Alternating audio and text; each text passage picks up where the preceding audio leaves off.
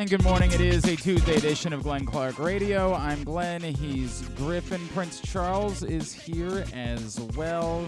Gambling can be fun, but you should set a limit and stay within it. Remember that if you or a loved one has a gambling problem, call 1-800-GAMBLER 24/7 or visit helpmygamblingproblem.org for free confidential services.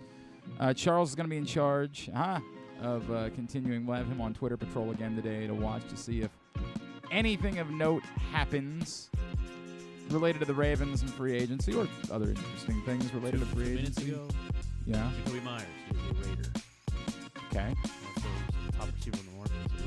So Ravens will not get it. Nobody knows who the top receiver on the market is. He's one of them, and I don't think anybody ever believed he was going to be a Raven. But yes, Jacoby Myers comes off the market. Alan Lazard appears headed towards the Jets. It's not like the wide receiver market was good to begin with, but again, that's why we were joking about, like, you can roll your eyes about Darius Slayton. Boy, the Ravens could really use a Darius Slayton. That would go a long way. How do we feel about Myers going to the Raiders? I don't care. Lateral. After the questionable lateral this past season. Oh, you think that he was in on it the whole time? Yeah. Okay. Investigation? I don't think that's the case. I don't think that's coming. But we'll watch to see if anything of note occurs. The news, if you will, I mean, we were not on, unfortunately, as tampering began yesterday, so we have not covered on this show much of any of it. We will get into a couple of Ravens-related things on the program today. Our buddy Brian McFarland from Russell Street Report will go over where they are now after the moves they've made as far as the cap is concerned. Also, our friend Gregg Rosenthal from NFL Network will touch on the Ravens, Lamar, and everything else in free agency to this point. And it is a Tuesday, so Patrick Stevens will join us. We'll talk Terps, West Virginia, and NCAA Tournament in general with him. I covered it. I was on with Tim Barbalace yesterday on The Fan, and I said it on Twitter that if you want to do the reading through the tea leaves thing on Calais Campbell, what you'll see is it doesn't make sense that the Ravens wouldn't have tried to work something out with him. There's no world in which they wouldn't have wanted that. That makes no sense. I mean, if they just flatly decided that defensive line was no longer somewhere that they wanted to spend their money, I mean, I guess. But he's costing you a couple of $1 million in dead space anyway. Why not try to restructure a deal, tack on a year, in order to keep him around? So that leaves you leaning towards the idea that Calais Campbell said to the Ravens, guys, I'd love to be around, but this is it for me. This is my last chance to win a Super Bowl. I've got to be somewhere where I can win a Super Bowl. I have to know that Lamar Jackson is going to be the quarterback of this team next year, because if not, I don't think you have a chance to win a Super Bowl. And I can't be somewhere at the end of my career where I don't have that chance. So I'd love to talk to you about restructuring, but I need you to get the Lamar thing done, and then maybe we can revisit this, and maybe it'll work out that I can be a part of it. Now, I don't know that. You can say that's speculation. The Ravens might have just decided it wasn't worth it to them anymore, and they didn't want to be the team that tacked on an extra year. Why they would suddenly choose that now, and for a player that presumably would not cost them all that much should he not play the following season, I don't know. But it's possible. It just seems far more plausible. If I'm Calais Campbell, there's no chance in hell that I'm agreeing to do something if I don't know that I have a chance. That's why you came here to begin with. Because you believed the scenario presented you a chance to win a Super Bowl before your career was over. So you're just going to wash that? Just going to say, instead, it's pleasant here. I'll just stay here even if I don't have a chance at winning a Super Bowl. I don't buy it. Now, again, that doesn't mean that if the Ravens were to get this thing done with Lamar Jackson, or if it would become abundantly clear that it's going to get done with Lamar Jackson, I believe the last sentence of their statement that they would love to have Calais Campbell return. I don't think they wanted him to go. And again, you could say, hey, defensive line actually looks like an area where they're going to be okay, and Matabike and Broderick Washington were both really good last season, and the Ravens have historically always been able to find defensive linemen. You can do that till you're blue in the face.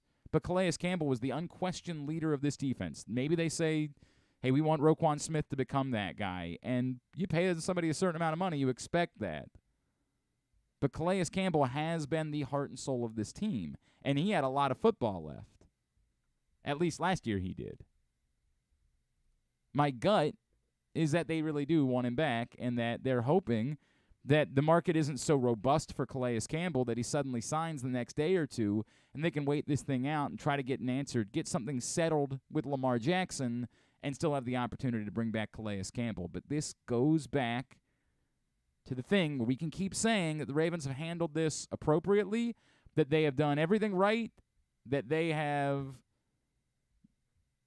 tried their best in negotiating.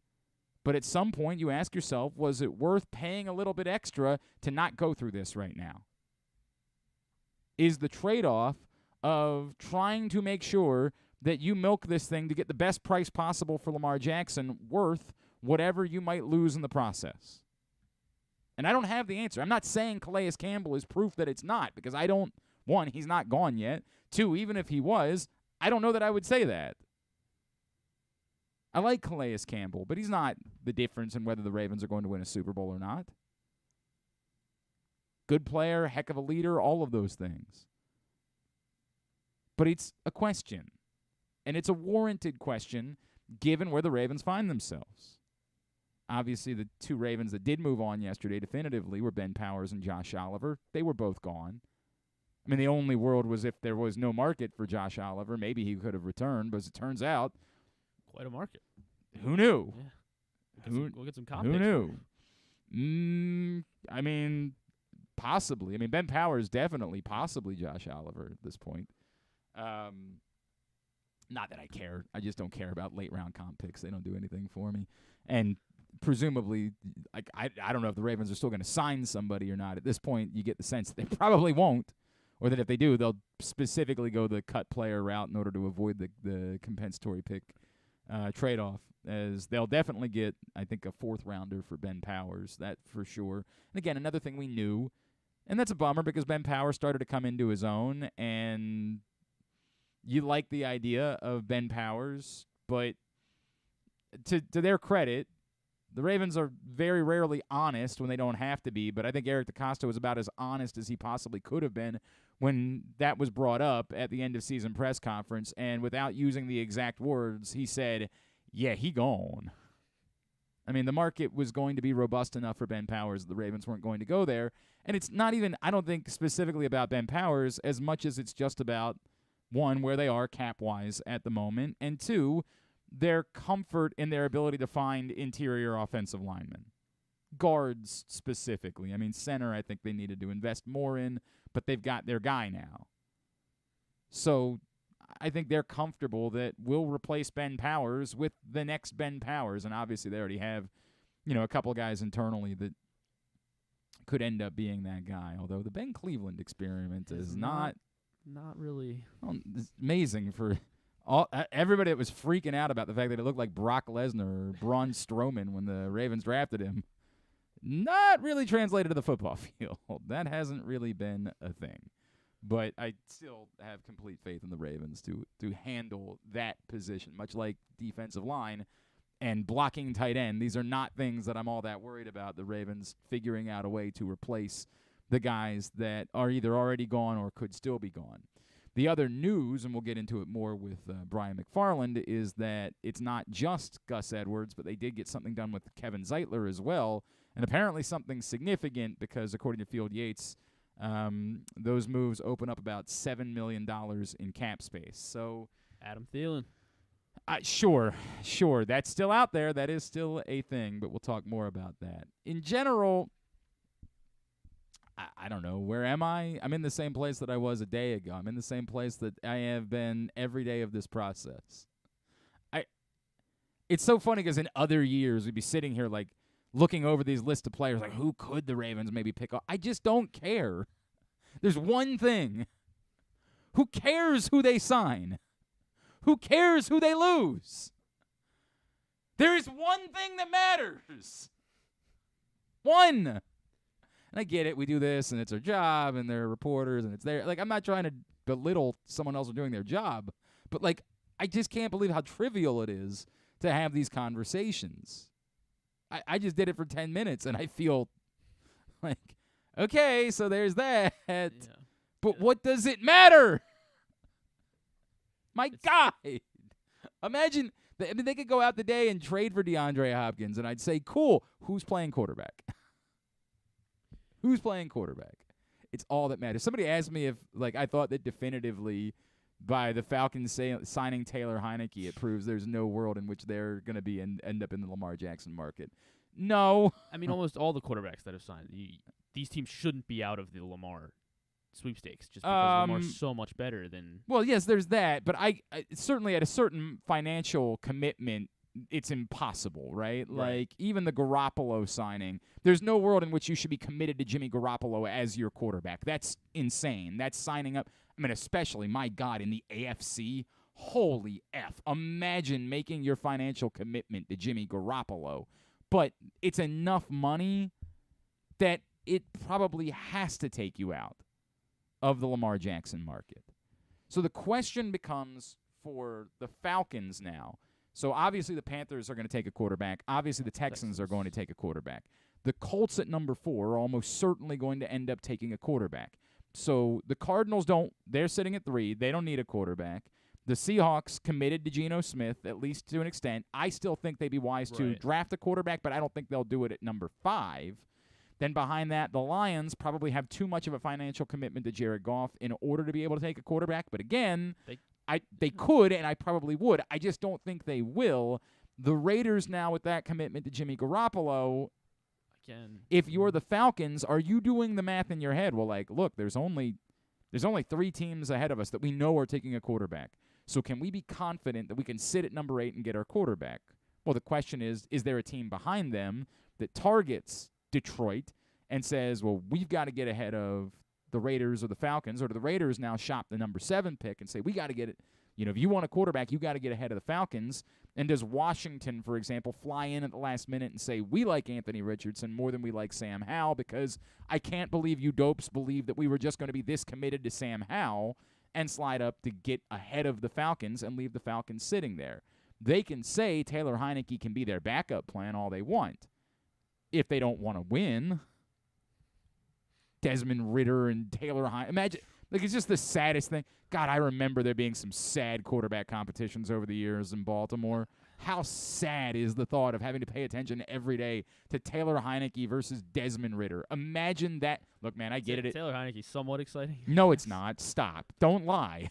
I don't even think the Heineke signing takes him out of the Lamar sweepstakes. It damn well better not. I mean, I still think that they will draft their quarterback, as I think what the Falcons will look to do. But if they can't get their quarterback in the draft, if the Panthers, Texans, and Colts all go quarterback in the top 4, and somebody else trades up ahead of the Falcons, the idea that Taylor Heineke would be what would block them from waking up the morning after the draft and saying, what did we do? Crap, what do we get? Stop it. Yeah, look at someone like Tennessee who looks like they're losing out on the Rodgers sweepstakes. And then in their division, someone like maybe Tampa. Right. And by the way, we're still waiting on that.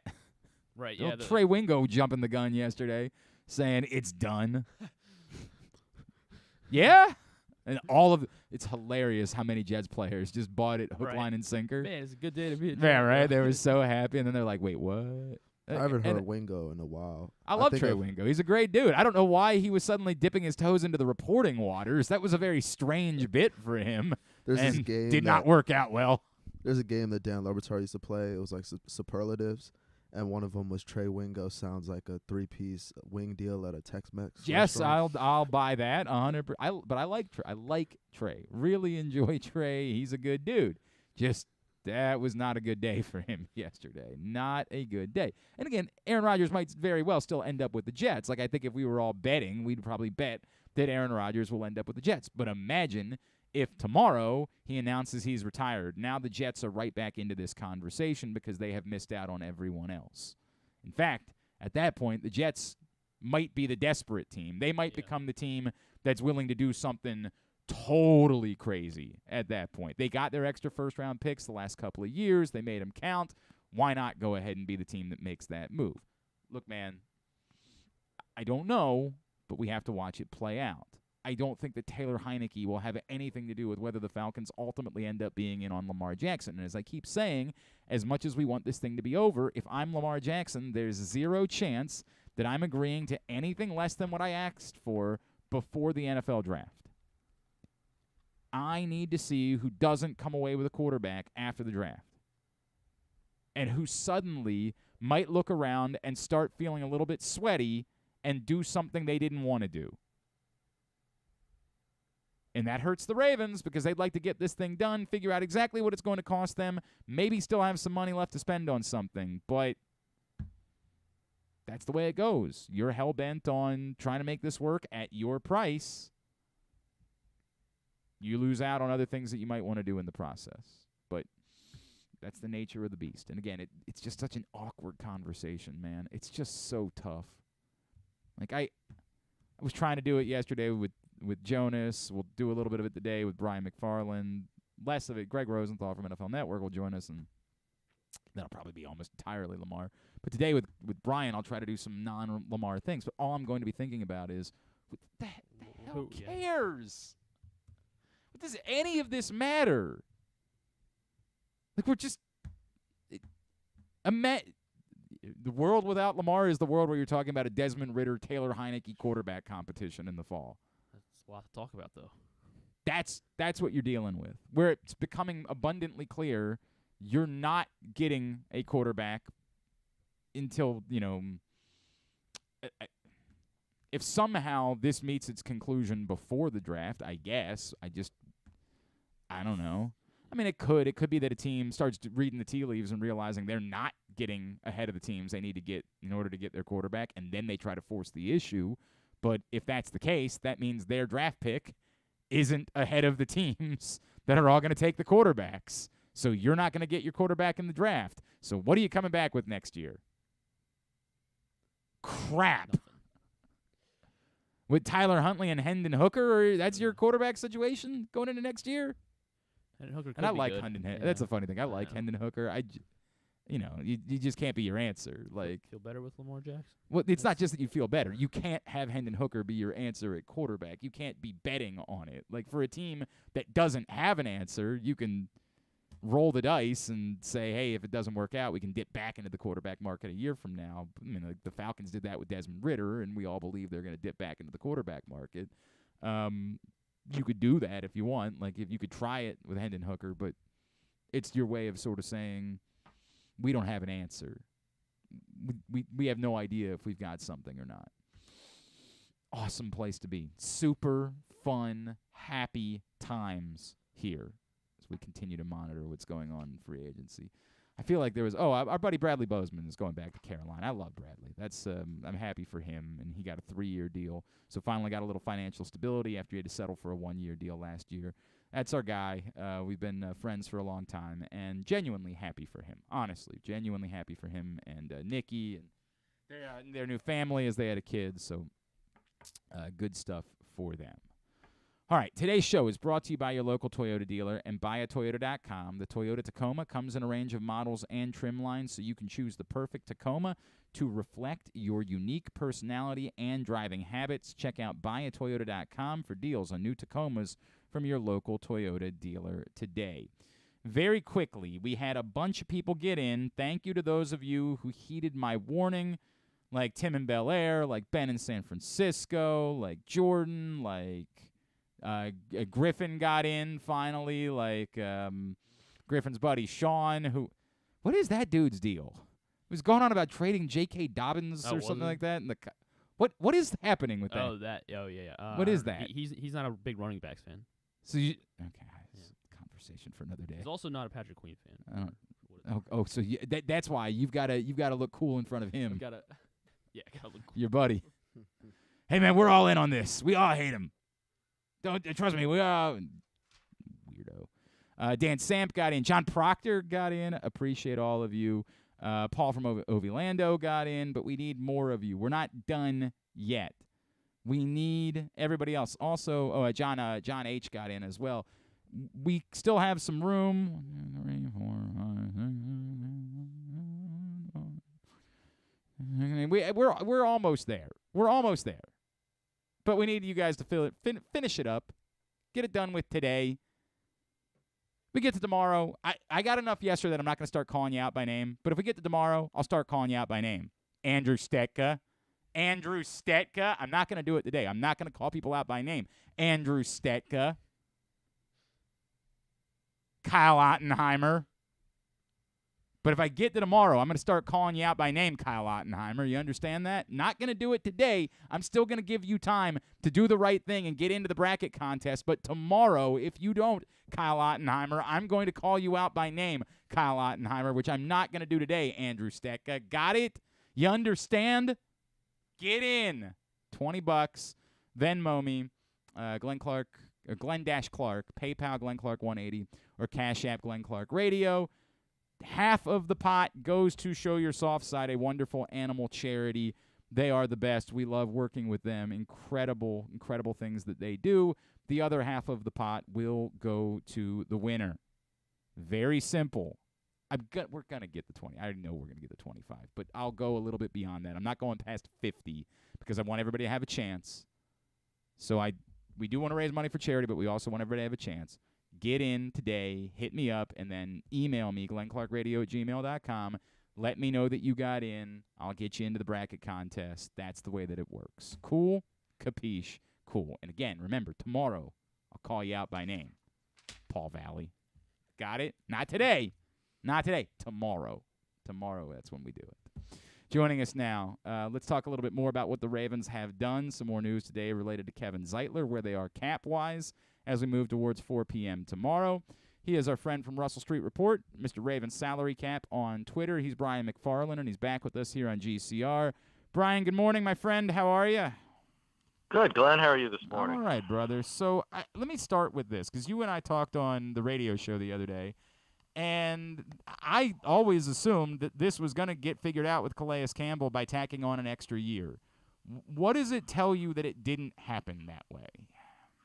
Yeah, I mean, I kind of thought the same. I thought he would, as I've called it, the Marshall Yanda treatment, where Yanda got a year tacked on for several years in a row while he, entered the, latter part of his career.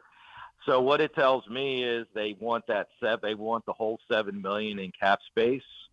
It is a situation where they could always revisit it later. Obviously, Lamar signs an extension. Perhaps lowering that cap number creates a little more cap space for to have Calais around again. And it could honestly also mean that Calais is not real happy with the status of the Ravens roster and with the quarterback up in the air, and he's got limited years. And if he thinks even if Lamar is here on the franchise tag and Lamar doesn't show up till August, and it doesn't with a new coordinator, and that doesn't ring really like a really great situation for Calais. He could have said, I want to look at other opportunities. I want to find a team that I feel has, true, unencumbered, maybe we'll say, Super Bowl aspirations. That's the way it read to me, Brian, was just like, I can't fathom the Ravens wouldn't have at least attempted to do that. But if I'm Calais, it'd say, hey, no offense, I love it here. I don't think this is a problem with Calais Campbell. I love it here, but this is the end of my career. I have to try to win a Super Bowl. If there's any chance that Lamar is not going to be here, then I don't believe you have a chance to win a Super Bowl next year. Look, I don't know if they have a chance with Lamar, but, if you don't have Lamar, I don't think there's any chance in hell. I can't do that at this point in my career. And I don't think anybody could blame him if that's the case. No, and I think the Ravens I think the Ravens have always been very accommodating with guys. And certainly a respected veteran like Calais. So I think that's probably part of that equation for sure. And if he doesn't find the right spot or doesn't find the right money, a month from now, or maybe they revisit it and bring him back.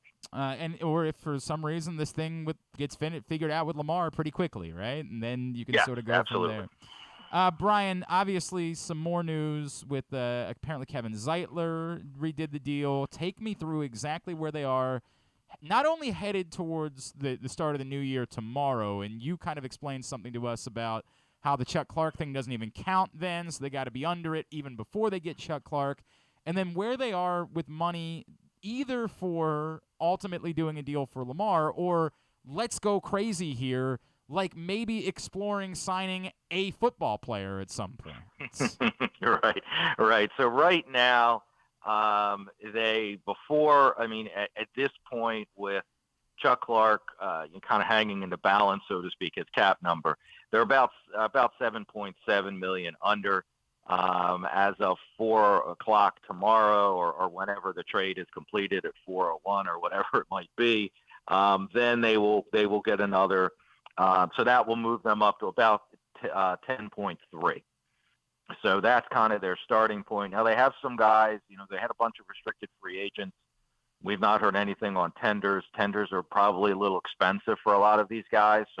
But in the past they've re-signed them to lesser deals to lower that number, keep them around for a year or two. So you guys got Geno Stone, going to be a valuable backup safety, obviously. Tyler Huntley, obviously, right now there's Anthony Brown is the only quarterback technically on the roster. Yeah. And Nick Moore, your long snapper, he's not going to get a restricted free agent tender because that would be way more than a long snapper makes. But that's the thing where they've done in the past with Morgan Cox. They would do a 3-year deal for a lesser number and bring him back. So I think we'll hear about some of those over the next day or so. So that's where they are. They saved about a little over $7 million on the restructures and adding the void years to Gus Edwards' deal, who did take $1 million pay cut, and Kevin Zeitler's deal, and he did not take a pay cut. They just moved numbers around to make it work, and adding the void years to lower his cap number. But is it enough, again, so like once they get past tomorrow and once they get to Chuck Clark, is it all money that you kind of have to hold because you're, again, trying to get a deal done with Lamar, or to protect yourself should you have to match an offer sheet? Or is there dollars there that, let's just say hypothetically, they were interested in Adam Thielen? They could have a couple of dollars to spend on something and still feel comfortable with where they are as far as trying to make things work with Lamar Jackson. Yeah, right now, they have the $10 million in cap space, so they will have to make space at some point. Otherwise, you've got your practice squad players. You've got to have injury replacement money down the road. So when I do what I call my effective cap space, there's still about $5 million in the hole just to get to September. So they're going to need to create space. Now they can. But if they restructure about 8 different guys with just simple restructures, which is just through the length of their deals, they can create about 26 to 27 million in cap space. That's guys like Stanley and Humphrey, Roquan Smith, Andrews, and some others. Now, those are just simple restructures, which is what they've always done. They haven't used void years in the past. If they tackle on void years to those, they can create a lot more. So they're in decent position, one, to create cap space to do other things. It's just a matter of how far they want to eat into future cap space. And they're in good place to match any offer for Lamar. And like I said, there's that 26. You have to consider, too, that Lamar already counts 32 on the cap. So if somebody's going to put together a cap number in that first year of 50 million, they've got the ability to get there. So it may be, unfortunately, it may be a sit and wait kind of thing, right? Because you can't really go crazy right now and then not have that flexibility. Let me ask it this way: on their side, look, I've said before, I have thought there is always the chance that this could get to the point where Lamar just sort of says, guys, if I get an offer sheet, don't match it because I'm going to make your life miserable. I don't want to be here, right? And I don't have any reason to think that's the case. It's just possible, right? Outside of that, the concern that a team could structure a deal in a way that it could become poisonous to the chance of the Ravens not being able to match it is what you're feeling now related to where they are with the cap, that if they truly are hell-bent on Lamar Jackson being their quarterback, they have protected themselves from there being any risk of there being a contract offer that's so front-loaded that they would be screwed out of the opportunity to match it. Yes, I think that's the case. And I think by using the void years, which they've never done in the past, they're also showing other teams that we're willing to go into whatever measure necessary to get this done. and to match anything that, so, don't even bother because we're going to match. So I think that's what these moves, by adding these void years, which haven't been terrible so far, but they are going to add $6+ million onto the cap, next year's cap, unfortunately, in dead money. But so they haven't gone crazy, but because they have bigger guys, bigger fish that they could do that with. Right. So they certainly have, I think, but by doing it, they're showing the league we're willing to do things we haven't done in the past. Yeah. Don't bother. Don't bother. Yeah, basically. Right. Which probably has a lot to do with why the market has seemed the way that it is to this point. And of course, that always can change at any point. The team that strikes out in the NFL draft could maybe try to say, hey, we'll do a deal, you match it, and then we could try to trade for Lamar. Like, there's always a way that this could still not end up the way that Lamar Jackson's the quarterback. But to your point, I do think it's relevant that without saying it so publicly, the moves they're making smell an awful lot like them saying, look, Lamar's going to be here. We're not going to allow this to happen come hell or high water. So move along, figure out what else you're going to do at the quarterback position, because we're not allowing Lamar Jackson to leave Baltimore. Yeah, I think that's exactly what I think that's what their actions say. I think that's what their words have said. And I think, as you said, I think the seemingly lack of interest around the league is based on why go negotiate an offer sheet and create a contract for the Ravens and just waste our time doing so, and we're not going to end up with Lamar anyway. It's a very fair point. Is there anything else, Brian McFarland, that we should be aware of, again, centered specifically surrounding the new year and anything? Like, at this point, it doesn't seem like anybody else is going to be gone, correct? No, I don't think so. I mean, Devin Duvernay, is one that probably has a little higher cap number, but right now the lack of receivers, I would think, probably saves him. I think some of these other moves, if Calais Campbell was going to be here, then you might need that cap space, but that $7 million from Calais makes a big difference and saves him. I mean, the only other guy I can think of, because perhaps Pierce was on the hook, but he redid his deal, and with Calais gone, that's not going to happen. I mean, Patrick Ricard would be another one, maybe, depending upon what they feel his role in the new offense will be, and if a fullback is less important, then you can maybe get by with a lesser fullback. I think he might be somewhat of a luxury, maybe. Yeah. But that's not a huge cap savings anyway, so I don't know that would be the case. And I guess so. No, I think everybody who's here is going to be here for now. I mean, if for some reason, to your point, if for some reason something were to pop up, like the opportunity to do something were to pop up, then maybe some of these things could change. But at the moment, I think that makes all the sense in the world. At Raven Salary Cap on Twitter, of course, is how you follow him. And RussellStreetReport.com is where you can see all of his outstanding work. Brian McFarland, you and I are making this a regular thing these days. Maybe we'll chat again in like 48 hours. Appreciate you, my friend. Thank you. Thank you. Sure. Take care. Bye. Brian McFarland with us here on GCR. Yeah, I think that part of it, what he's saying, kind of, again, trying to read through the tea leaves of the Ravens saying, look, we're going to protect ourselves from the poisonous situation that we have speculated about, seems significant. That the Ravens have put themselves in a position with the moves they've made and with the moves they still can make to say, even if you guys think that you can screw us by crazy front-loading a deal, we've protected ourselves and we've put ourselves in a position where that ain't going to happen. And by the way, that is possibly a factor in the Calais Campbell situation too, where they say, they're going to count dead space against the cap no matter what. And I don't know if I buy that. I have to think that through a little bit more. But where they just say, don't waste your time. Whatever you do with an offer sheet, even if you try to go crazy and front load it, we're going to clear our space and we're going to make it work and we're going to match it, no matter what. So what we've said is that maybe it would make sense for teams to say, well, I don't want to get in, but you could, if you really wanted Lamar Jackson, if your options were going to be Taylor Heineke or Desmond Ridder, there was room to criticize the Falcons and say, dude, go crazy.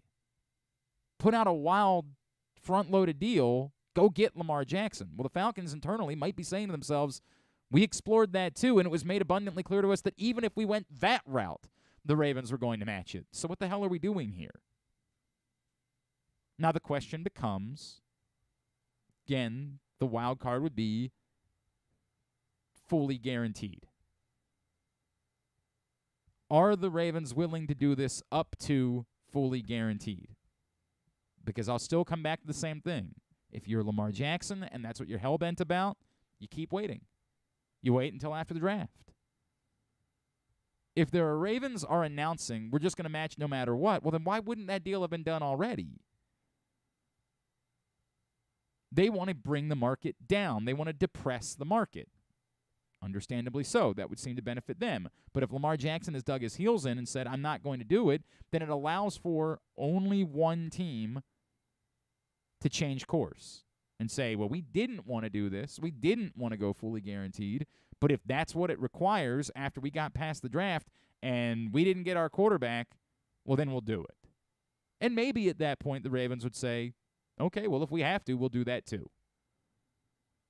Maybe that's all they needed is one other team to say it, and then they would do it too. But it is interesting when Brian points that out and says, look, the moves they're making suggest, come hell or high water, they're matching. Don't get in, we're matching. The only question is on the opposite side, does at some point Lamar Jackson say, don't match? Don't. I'm done here. John asked, did you see Josina Anderson's report that Lamar Jackson will be playing on the tag salary? Not sure how she knows that for sure, though. That's actually not what she said, John. She said he would play on the salary on the franchise tag. So that what that does, if true, it takes off the table the scenario, again, one of these wild scenarios that we had discussed where maybe Lamar is so hell-bent about this that he just says, I'm sitting out the year. Now, what it doesn't do is tell us, even, again, first of all, is it true or not? You know, that can change. Today, Lamar Jackson could say, well, but you think I'm going to sit out and skip on $32 million this year? I ain't going to do that. But if somebody gets in his ear in a month and says, don't play for $32 million. It's below market value. Tell them they either have to give you $45 million or you're not playing. He reserves the right to change his mind during the course of the process. But it would be at least comforting to know that if nothing happens, there is belief that Lamar Jackson is not going to go crazy, not going to try to force the issue, and is going to play. When would he show up? You know, those are all different conversations and different questions that we wouldn't have the answer to until we get closer to it. Boy, it would be nice if we didn't have to keep... Today's show brought to you by PressBoxOnline.com/offers. BetFred is Maryland's newest sportsbook and is now up and running just in time for March Madness. Bet $50 and get up to $1,111 in bonus Fred bets. Go to PressBoxOnline.com/offers for BetFred specials and other great sign-up deals. We'll come back in, and we will talk some March Madness. Patrick Stevens joins us next. It's Glenn Clark Radio. Gambling can be a fun and entertaining experience, but there are risks involved. If you're planning on betting on the game at the casino or on your phone or computer, know your limit, stay within it. Set a budget and a time to stop. Remember, gambling isn't a financial solution, and it doesn't mix well with alcohol or drugs. Know the risks and have a plan before you begin gambling. For free and confidential services, call 1-800-GAMBLER 24/7 or go to helpmygamblingproblem.org. Baseball season is finally here, and what better way to celebrate than with some fresh gear from Birdland Sports. As a small business run by O's fans, Birdland Sports offers a great selection of unofficial merchandise, including unique designs like Birds Are Coming tees, player cartoon shirts, and championship prediction designs. And the best part, their prices are more affordable than the big guys. Get high-quality gear without breaking the bank. So whether you're heading to the ballpark or watching from home, show your love for the birds with Birdland Sports. Visit birdlandsports.com today to browse their collection and gear up for the season. Let's go O's! Whether your focus is luxury and comfort, convenience and technologically advanced connectivity, or sporty performance and aggressive styling, we've got the perfect Highlander for you. Check out buyatoyota.com for deals on new Highlanders from your local Toyota dealer today. Have you experienced hardship due to COVID-19 and want to start a new career path? Look no further than CCBC. Starting in March, CCBC offers short-term career training programs in IT and cybersecurity. And the best part? Funding is available to those who qualify. IT and cybersecurity are growing fields that can provide a stable income and job security. With CCBC's IT and cybersecurity programs, you'll learn everything you need to know to get started in these exciting fields. Call us at 443-840-2222 or visit ccbcmd.edu to learn more. CCBC IT and cybersecurity. Your new career starts now with funding available. 443-840-2222 or ccbcmd.edu. Another Orioles season is in the books, and the Bat-Around was there every step of the way as the Birds posted their first winning season in 6 years. And after promoting 2 #1 overall prospects in Adley Rutschman and Gunnar Henderson, Mike Elias has said it's liftoff from here. Hi, I'm Paul Valley, and along with my co-host Zach Goodman, we'll be here every Saturday from 10 a.m. to noon all off season, discussing every signing, trade, and waiver claim as we navigate the cold winter months that lead to spring training. You can watch us at youtube.com/PressBoxOnline and Facebook.com/PressBoxSports, or listen live at PressBoxOnline.com/radio. And if you miss a show, you can find us anywhere you get your podcasts. So tune into the Bat-Around with Paul Valley and Zach Goodman every Saturday from 10 a.m. to noon right here at PressBox Sports. Stan the Fan here, welcoming back one of my favorite sponsors, the Costas Inn. And everybody around Baltimore knows the Costas Inn is a great place to go and grab crabs, steaks, salads, soups, whatever's on your mind to eat in person. But did you know that the Costas Inn has upped their game? They are now one of the premier takeout places in Baltimore. Give them a call now to order your food, 410-477-1975. That's the Costas Inn, over 4100 North Point Boulevard. If you need more of Glenn, you can also hear him every Sunday with Rita on 105.7 The Fan. But also, if you need more of Glenn, what's wrong with you? All right, we continue on. This is probably a very nice person, Antoine. There's nothing that's funnier to me in my life than when somebody, for no reason, decides they think they're telling you something on Twitter, like that they think they know something that for some reason they need to share with somebody else. So one of these tweets that we sent out that Brian McFarland just said, Antoine responded, they can still get $26.6 million in other restructures as well to end up with 30, which of course is exactly what Brian McFarland just said, and he got that information almost certainly from Brian McFarland. Twitter's a magical place, man. It is a magical, magical place. Hey, the print issue of PressBox is available right now. On the cover, you see Gunnar Henderson. Great story from Luke Jackson all about the favorite to win Rookie of the Year in the American League. Go pick it up right now at your neighborhood Royal Farms, and of the hundreds of locations around town where you find PressBox. You can read it all at PressBoxOnline.com. Gunnar Henderson on the cover of the new print issue of PressBox. NCAA Tournament technically gets underway tonight. Obviously, the round of 64 on Thursday afternoon kicks off with Maryland, West Virginia at 12:15.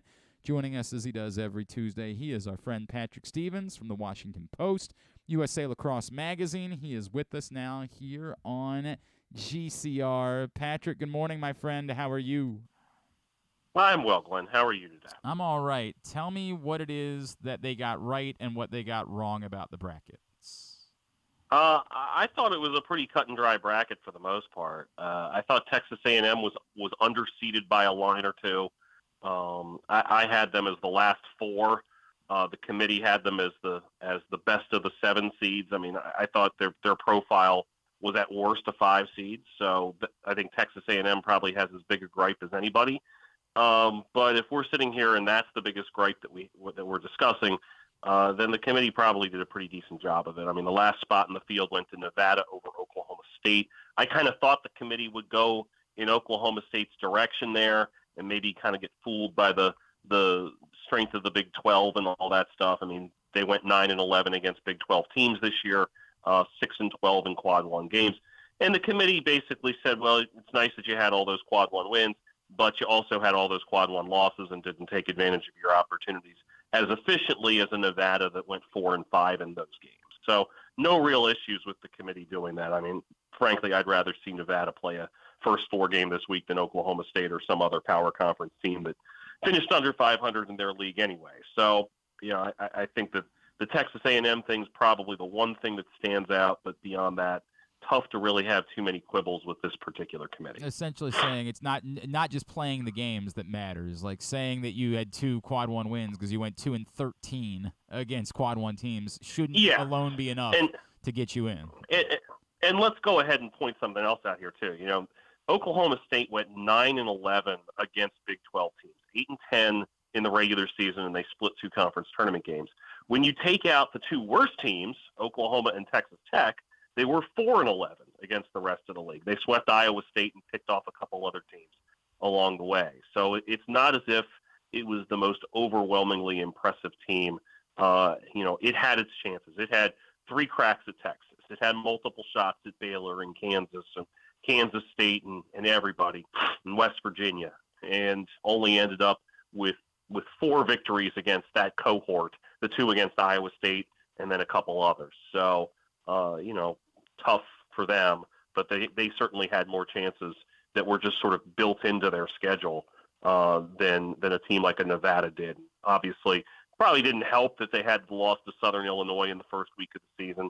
Probably didn't help that they lost in overtime to Central Florida. Probably didn't help that they lost in that Barclays Center event to Virginia Tech, and on down the line. There's a bunch of close losses that they had, and a handful of not so close losses that they had. And at the end of the day, they're a great defensive team, not a very good offensive team, and ultimately, I don't have any issues with them being left out. I don't have issues with Rutgers and its 4 Quad 3 losses being left out. Don't have issues with North Carolina and its lone Quad 1 win being left out, or Clemson and its loss to Louisville and Loyola Chicago and its 334th non-conference strength of schedule being left out. Yeah, none of those.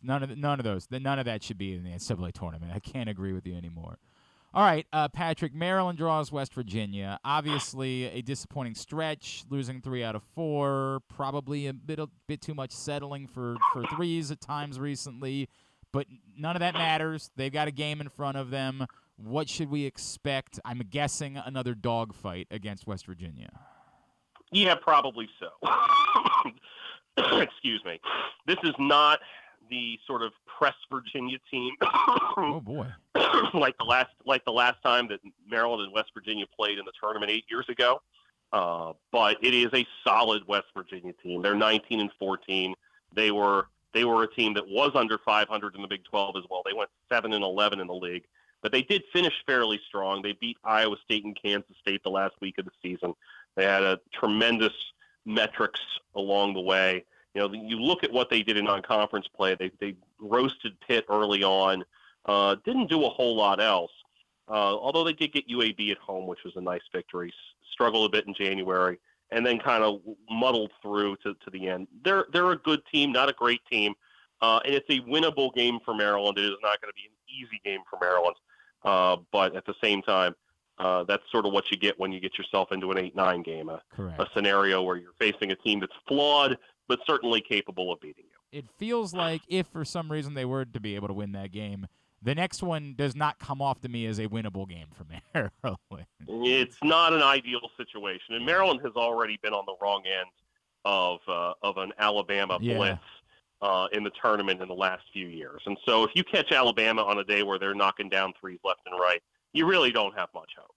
The thing for Alabama is you can't realistically expect them to do that 6 times in a row. You figure once, maybe twice over those 6 games that they'll have one of those games where they just hit every shot in sight, and that's that. And you have to hope that that's not the day that you catch them. But to have to basically play a road game in the round of 32 against Alabama is not an ideal situation. I was thinking that Maryland was going to get matched up in an 8-9 game with an Arkansas or an Auburn, one of those super athletic SEC teams like Alabama, and that would have been a tough go right there. But to have to deal with Alabama in a second-round game would be even harder. And so I feel like it's going to be a really, really tough ask for Maryland to be playing in the second weekend of the tournament this year. Yeah, it seems almost impossible. But again, crazy things have happened, and there's a reason they play the tournament anyway. And Patrick Stevens is with us here on GCR. And as you and I have talked about in the last couple of weeks, it's wrong for me to say like they're playing with house money because like they're going to play the games. They want to win them anyway. And there's some guys whose careers, either by force or by choice, are not going to continue past this NCAA tournament. And clearly they're not sitting there saying, well, hey, the results don't matter. But I think, the big picture perspective is that it doesn't even really matter if they lose on Thursday. Like this was a successful season, and there's reason for encouragement about where the program is going, and no one actually believes they're capable of making a Final Four run anyway. So does it really make all that much of a difference if they lose on Thursday to West Virginia or get, blitzed on Saturday by Alabama? I don't know that it does. I think you certainly feel a little bit better about yourself if you win one game in the tournament. I mean, and that is something that Maryland has largely made a habit of doing over the years. There's not too many of those one and outs. They had what was it, against Xavier, was it, that they went one and out in a tournament, like a 6-11 game under Turgeon? But I think that was the only one and done that they had under him. They didn't go one and done very often under Gary Williams. They had the College of Charleston Santa year Clara, in 97, I think it was. Yeah. They had a Santa Clara in there too. So, it has happened, but there's something to be said for at least going to the tournament, winning a game, feeling a little good about yourself as the season ends. That said, and we talked about this, I think, last week.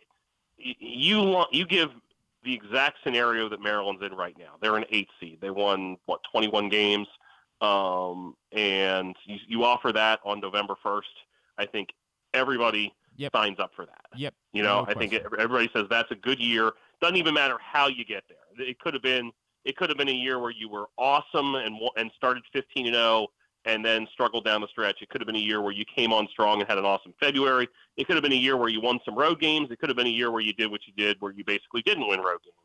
Doesn't matter. Like that scenario with that roster on November 1st, I think Maryland's signing up for that and saying, let's just move along with the program from here. So I don't think that you can be disappointed if you're Maryland for much more than a day or two if you happen to get run off the floor this weekend down in Birmingham. All right, let's cover a couple things big picture-wise with the tournament. One, give me a player that maybe most of the country has not seen that they're going to get a chance to see this week, and you think they're going to greatly enjoy watching play.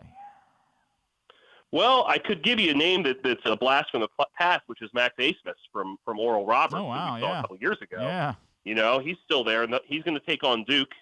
He and Oral Roberts will be taking on Duke, obviously. Right. So that's one name that stands out to me that you'll certainly have to be aware of. Trying to think of a few others. It's actually a really good question, a really good way of framing this. I'm going to go ahead and give you another one in a 5-12 game. Tucker DeVries, the guard who won the Larry Bird Award as the best player in the Missouri Valley this year. The son of Darian DeVries, the coach at Drake. So that's a guy to keep an eye on as the Bulldogs take on Miami in Albany in the first round. And as for maybe another name to toss out there, I don't know what else I got here. That's probably a good enough answer, right? Yeah, absolutely. You answered the question quite well. Here's one more for you. Okay. Point guard capable of leading a 13 seed to an upset in the first round. Sincere Carey has been the best player in the Mid-American Conference over the last 2 years. He's going to lead Kent State into a first-round game against Indiana, a team that is very capable of being knocked off in a one-and-done situation. It's so funny you bring that up because I have flirted between Indiana can lose in the first round and Indiana can make the Final Four. Like, I have been between those two things, but I feel like I'm more strongly feeling, no, this is the NCAA tournament. Of course the Big Ten teams are all going to disappoint. What in the world are you thinking, believing that Indiana could make a run to the Final Four? I have zero faith in any teams in the Big Ten. Yeah. I think Purdue will make the second weekend. And beyond that, I have zero faith whatsoever that we're looking at anything other than the other 7 teams going something like 3-7 this weekend. Yeah. You have four of them that are 4 or 5 of them that are clustered into that 7, 8, 9, 10 range. So it's almost built in for them to get knocked out. And then you have Indiana. I just, I've seen almost all these teams in person.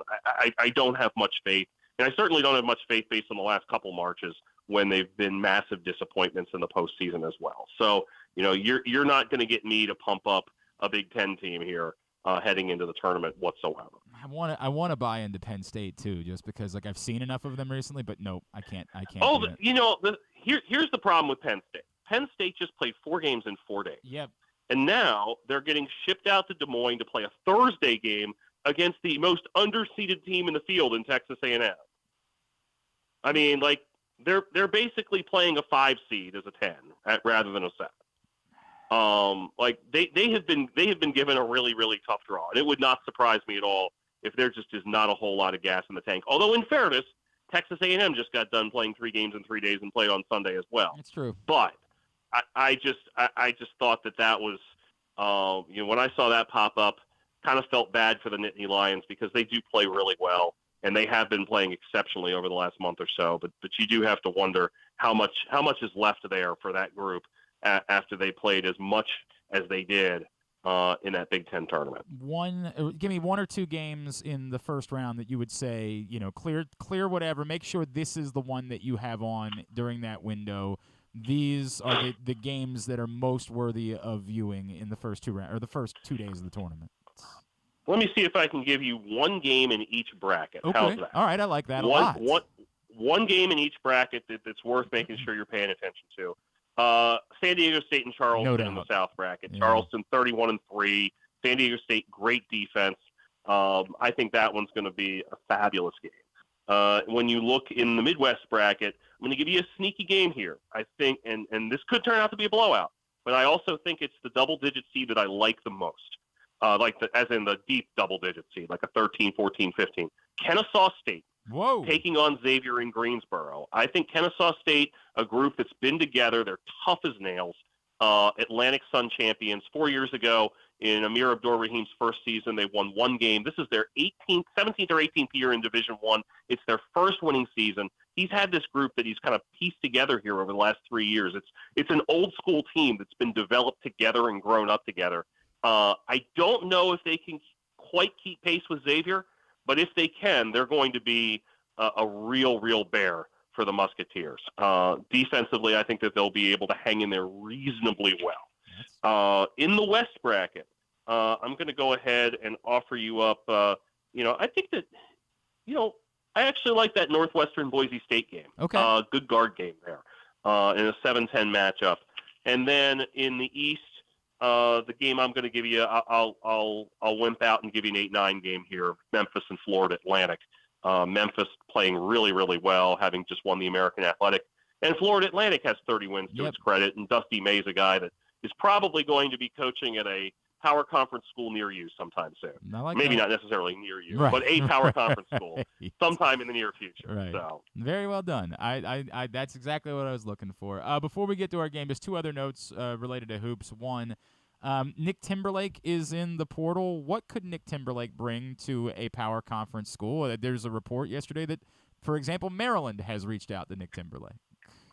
Well, there's good reason for people to want to reach out to Nick Timberlake. I mean, you look at what he did over the course of his season and his career at Towson, and there is a lot to like. I mean, this is a guy that scored about 1,500 points. He was a guy that shot better than 40% from 3 the last 2 years. It's not hard to imagine what's at minimum. That's a guy that can go space the floor for you and knock down some outside shots on a good team. It's also plausible that a guy like that, who's 23 years old or whatever he is, could basically roll in and be a guy that averages 12 or 13 points a game on a decent team, depending on what a team's need is. I mean, that is a dude that probably could have done this last year if he wanted to, and could have been playing at a high major level this season, and instead came back along with Charles Thompson and Cam Holt and gave it another run. I think that there's a high upside to him as one of these older guys using the COVID year and being able to do that at a high level. We just saw Jameer Young come in and do what he did at Maryland. That kind of guy, we saw Jalen Pickett over the last few years at Penn State do that sort of thing. And so I'm not saying Nick Timberlake is going to be like an all Big Ten guy or something like that, but he would be a really valuable piece for a lot of high major teams. And then the Georgetown job. What do you make of it? Who do you think is really in the mix? Oh gosh. There's just so much there to unpack. And I don't know who's in it. You could sit there and say, oh, well, Rick Pitino, I don't think that Rick Pitino is the guy that Georgetown is going to want to hire, just based on how they kind of view themselves, kind of, what they view as what is presentable for Georgetown, this, that, and the other. So I don't know what they're going to do. The other thing I don't know is I don't know how much they're going to try to move away from doing business the way that they've done it for the last 50 years.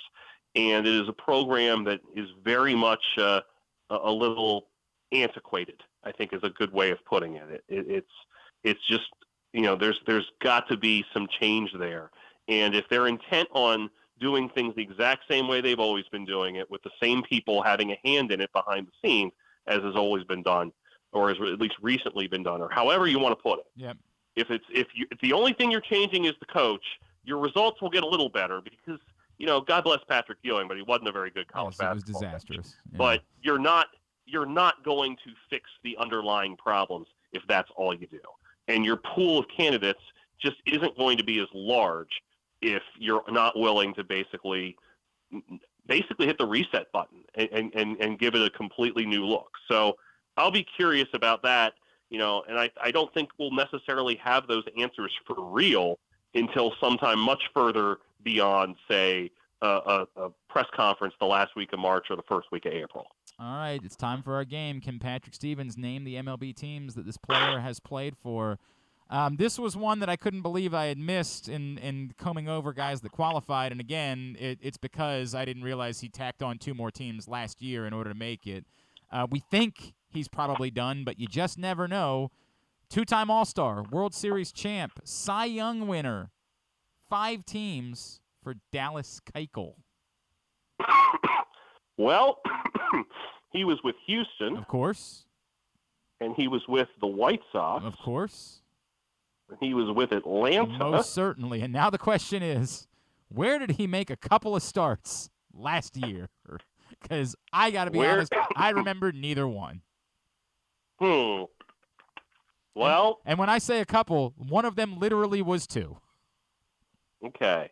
Dallas Keuchel last season surfacing. Do I remember him vaguely surfacing with the Pirates? Not the Pirates, no. Not the Pirates. No. Okay.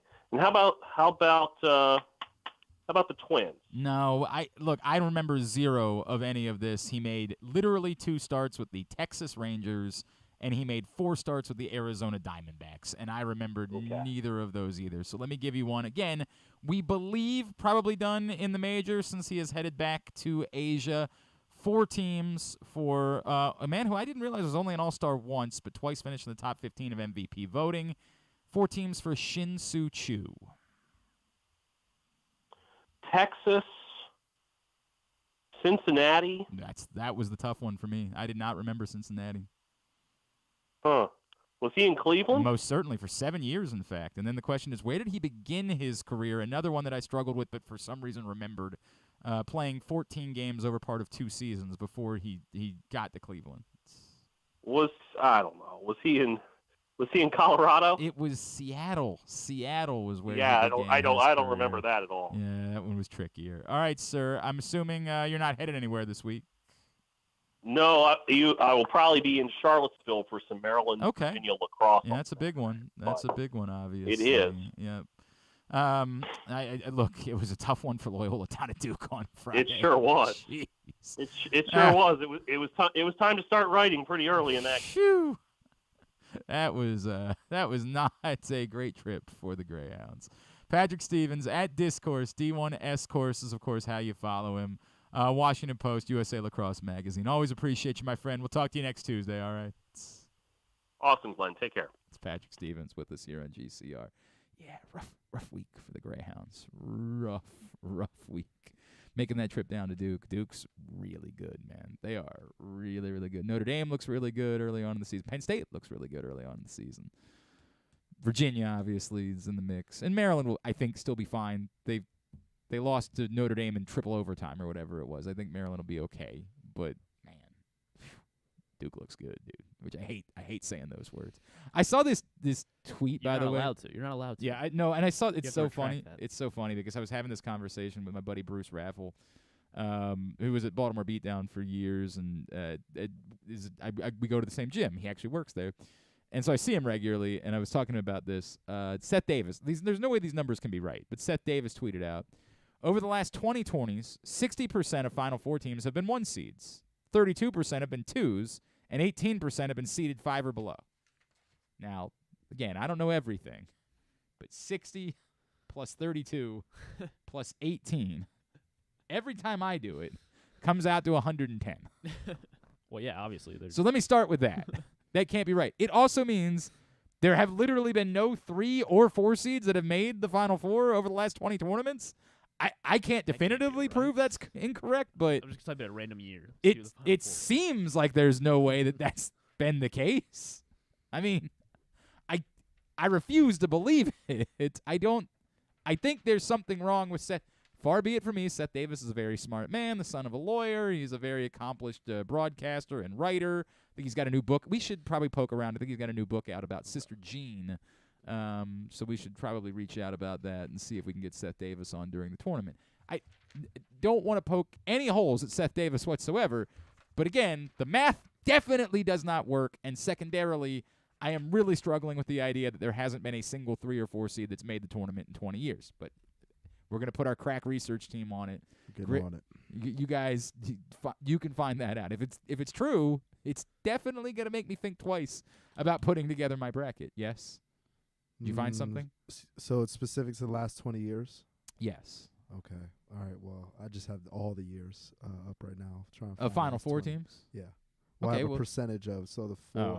That's not going to help me. I need 20 years to see if there's been a 3 or a 4 seed that's made it. It's by the way, it's possible because I can't definitively prove it wrong. It just seems unlikely. That's all. It seems unlikely that that's the case. The moral of the story being, what he was trying to suggest was the safest strategy for picking your Final Four in your bracket was to pick 2 number 1 seeds, 1 number 2, and a team that's seeded 5th or below. 2017, number 3 Oregon. Yep, there you 2018, number 3 Michigan. 2019, number 3 Texas Tech. So it seems like a 3 seed goes every year. 2013 was Michigan and Syracuse, a 3 and a 4. So I picked. Is this the worst tweet in the history of Twitter? Pick a 1, pick a 3, pick a 4. Like what is this tweet? And then pick a wild card low number. Like I have no idea. Yeah, that's the way. About 2008, all 4 number 1s made it. I'm so confused. 2011, number 3 UConn won. Yeah. This is the number 3 Florida in 2006. All right. Well, you know what? Just Syracuse number 3 in 2003. But I brought this up to ask the question of my friend Bruce. Do you have a 5 seed or lower in your Final Four? And he was like, yeah, I do. And I'm like, it's Duke, isn't it? And he was like, of course it is. And I was like, son of a I'm picking Marquette over them. I am too. Yeah. I pick I definitely have Duke beating Purdue, but I definitely pick Marquette over Duke. But like, I have Memphis beating Purdue. That's my big pick. Okay, I can see that happening. I don't think I have Memphis beating Florida Atlantic for what it's worth. I mean, so, that's why this is so fun. Yes, correct. That is true. And by the way, what the hell do I know? For the record, I don't know anything. I just changed my Final Four listening to Patrick Stevens because I was flirting with having Indiana in the Final Four, but I have struggled with it. Like, I went through and I had Indiana in the Final Four, and then I'm like, what am I doing?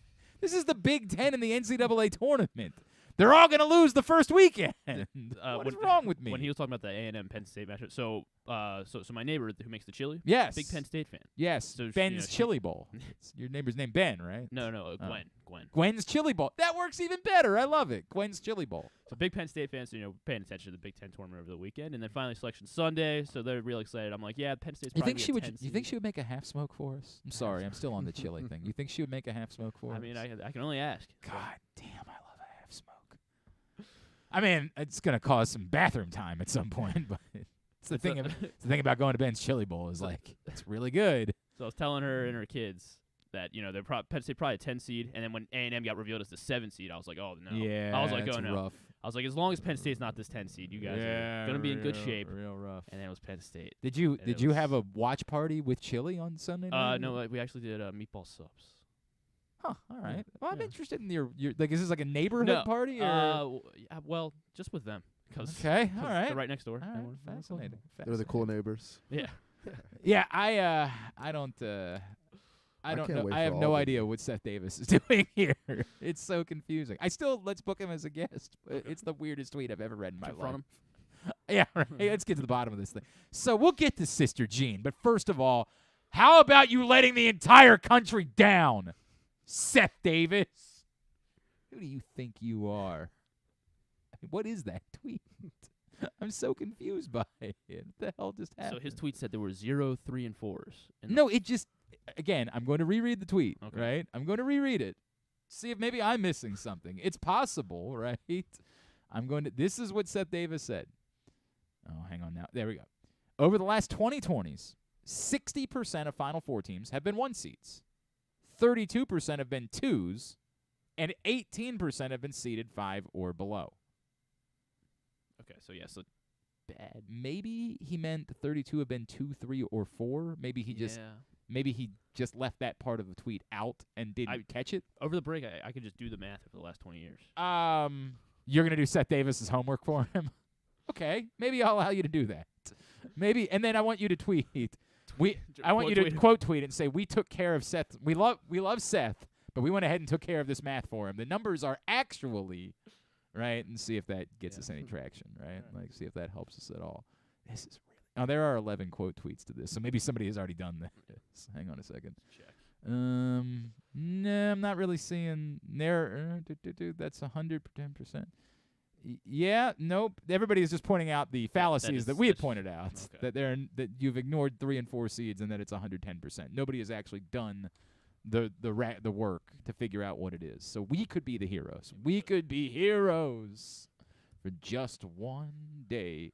Anything going on in the world of free agency that we need to know about, Prince Charles? I've been refreshing. Dynamite update. Dolphins. What? Re-sign Raheem Mostert. That was the one I was waiting for. That was the former Raven, of course. Raheem Mostert. Today's show is also, wasn't he briefly? Didn't he have like a cup of coffee with the Ravens at one point? I'm pretty sure. I don't remember that. I'm pretty sure he had like a week where he was a Raven at some point in his life. 2015, he was with the Baltimore Ravens. In like training camp? Never doubt me, my friend. On October 14th, I wasn't doubting. on October 14th, Mostert was signed by the Baltimore Ravens after losing third-string running back the late Lorenzo Taliaferro to a season-ending foot injury. Mostert returned 5 kicks for 164 yards in 7 games of the Ravens. On December 15th, he was cut in hopes of putting him on the practice squad, but he was put on the Browns' 53-man Played roster. for 4 teams in 2015. 2 years, $5.6 million. And he was like the top. Right, we're spending way too much time talking about Raheem Mostert. Like no 2 one years cares. ago, he was like the top guy. But that's running crazy, backs, yeah. man. That's why Griffin's buddy is trying to get rid of J.K. Dobbins. Exactly. Weirdo. Point. Baseball betting is here. Bet $50 with Maryland's newest sports book, Bet Fred, and get up to $1,111 in bonus Fred bets, along with other great incentives and promos when you sign up through PressBoxOnline.com/offers. Baseball futures bets, season specials, and player award bets are already live in Maryland. Go to PressBoxOnline.com/offers now for your shot at winning big. When we come back in, we are, by the way, still going to be joined by Gregg Rosenthal, and I'm definitely going to let him talk about this topic as well. There were rules suggestions that were put into the hopper yesterday in the NFL, and it kind of went under the radar because of free agency. One of them is both wildly hilarious, and yet somehow I might even, for no reason at all, I might even argue for it. We'll talk about it next. It is a Tuesday edition of Glenn Clark Radio. The Baltimore County Police Department is hiring. Entry-level officers start at over $60,000 and over $64,000 for lateral officers, with $10,000 signing bonuses available. Plus, cadets start at over $32,000. Great benefits are available like medical, dental, and vision insurance, tuition reimbursement, 15 sick days per calendar year with no limit, career advancement to more than 20 specialized units, and more, with further incentives for military service members and veterans. A passion for service, a career for life with the Baltimore County Police Department. Find out more at joinbaltimorecountypd.com or call 410-887-5542. Must be a United States citizen, have a valid driver's license, and a high school diploma or GED equivalent.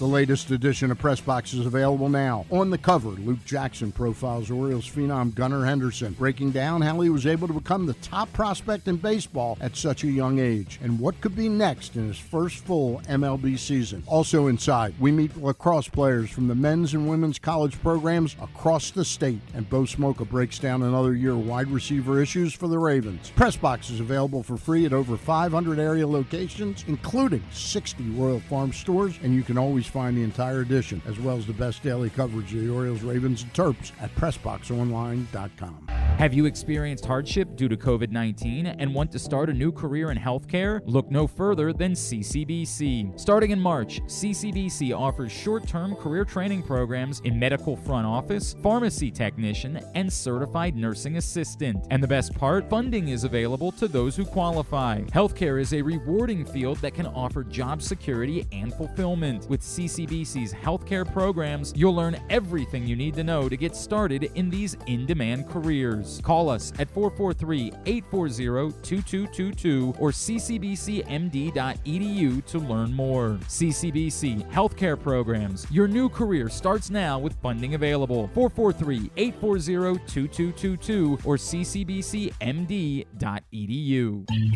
That first sip. That first bite. Start your day off right with a delicious breakfast at Royal Farms. Choose from a fantastic selection of fresh Royal Farms breakfast sandwiches and top it off with a rich hot cup of the freshest coffee in the world. At Royal Farms, breakfast is available day and night. It's the freshest breakfast in the world.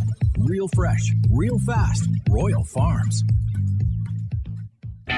Stan the Fan here, welcoming back one of my favorite sponsors, the Costas Inn. And everybody around Baltimore knows the Costas Inn is a great place to go and grab crabs, steaks, salads, soups, whatever's on your mind to eat in person. But did you know that the Costas Inn has upped their game? They are now one of the premier takeout places in Baltimore. Give them a call now to order your food, 410-477-1975. That's the Costas Inn over 4100 North Point Boulevard. Make the most out of every day in your Toyota RAV4. Available in hybrid or gas-only models. A RAV4 can get you where you want to go in style. Check out buyatoyota.com for deals on new RAV4s from your local Toyota dealer today. Check out PressBoxOnline.com every day to find daily winners and betting advice from Jeremy Kahn. And if you want some advice about life decisions that you probably shouldn't make, here's Glenn Clark. Birdland Sports is by O's fans for O's fans. They have so many cool shirts. If you have not checked out birdlandsports.com yet, I told you they did the Orioles in Oreo lettering shirt and colors. So the Oreo Park at Camden Yards, they played off of that for a cool shirt that's available right now. Also, of course, the 2023 World Series champ shirts. You want to speak it into fruition, go ahead and get that now. The Maverick-style Gunnar Henderson shirt, the Hillbilly Hay shirt, and my favorite. The Birds are coming. They're all available right now at birdlandsports.com, and still plenty of time for you to get your shirt before opening day so you can rock it at the yard like my man Conan got his that he's going to wear on opening day. Get it there right now. Check out all the amazing shirts that are available. Prices much better than the big guys. Shirts much cooler than the official stuff. And the quality remains the same. Birdlandsports.com. By Birds fans, for Birds fans. Check out birdlandsports.com today. Griffin had his shoes off. He was using his toes to count. I have no idea how he was doing the division. Do you feel like you have official numbers yet? I feel like I do. Yes. What did you come up with? So the total number one seed. So I went back to 2001. 80 teams have made the final. You're saying that's 20 tournaments because there was no tournament in 2020, but that still doesn't seem my list right. Okay, the website I was looking at did not include 2022. Yeah, that math. So you really screwed. Well, you got to. I didn't really screw up. You got to take 2001 off and instead replace it with because 2001, of course, would have been the year before Maryland won. So the first year on this should be 2002 when Maryland won the title. Do you need the seeds for 2022? Right? Yes. Can you? You got a 2 seed, two seeds, an 8th seed, and a 1 seed. An 8 seed? Who was the 8 seed last North Carolina. Oh, that's right. Carolina was an 8 seed last year. That's right. I forgot about that entirely. All right. So Griffin's still working on his math as to what the correct answer is as far as how you should be going about picking your teams. He's really screwed everything up. He's failed everyone. Imagine if we had put that out there. Like, we were trying to upend Seth Davis, and then we were my wrong. percentages would have been off by, like, yeah, but still, 0.25. it would have been embarrassing, and then you would have had to have stood up in front of everyone and apologized. We would have sent you to Capitol Hill to have gone and stood in front of the world and apologized. Hand on the book. Yeah, right? After you tried to take down Seth Davis, this son of a bitch. Griffin's had it out for Seth Davis for years. He's like, oh, I could be Seth Davis. I'm better than that guy. And here he is trying to take him down, and he would have been wrong in the process. It's shameful. Oh, now his man. Oh, son of a. You know what? We're going to need another commercial break. Let's get into the topic at hand. Yesterday, the NFL announced the playing rules, bylaw, and resolution proposals submitted by clubs for 2023, which is always one of my favorite days of the year because there are always going to be some things that are bizarre. For the record, none submitted by the Baltimore Ravens. Now, they've often submitted rules in the past. Now, it doesn't mean that they wouldn't have submitted something. Maybe they already knew another team was submitting it, so they didn't.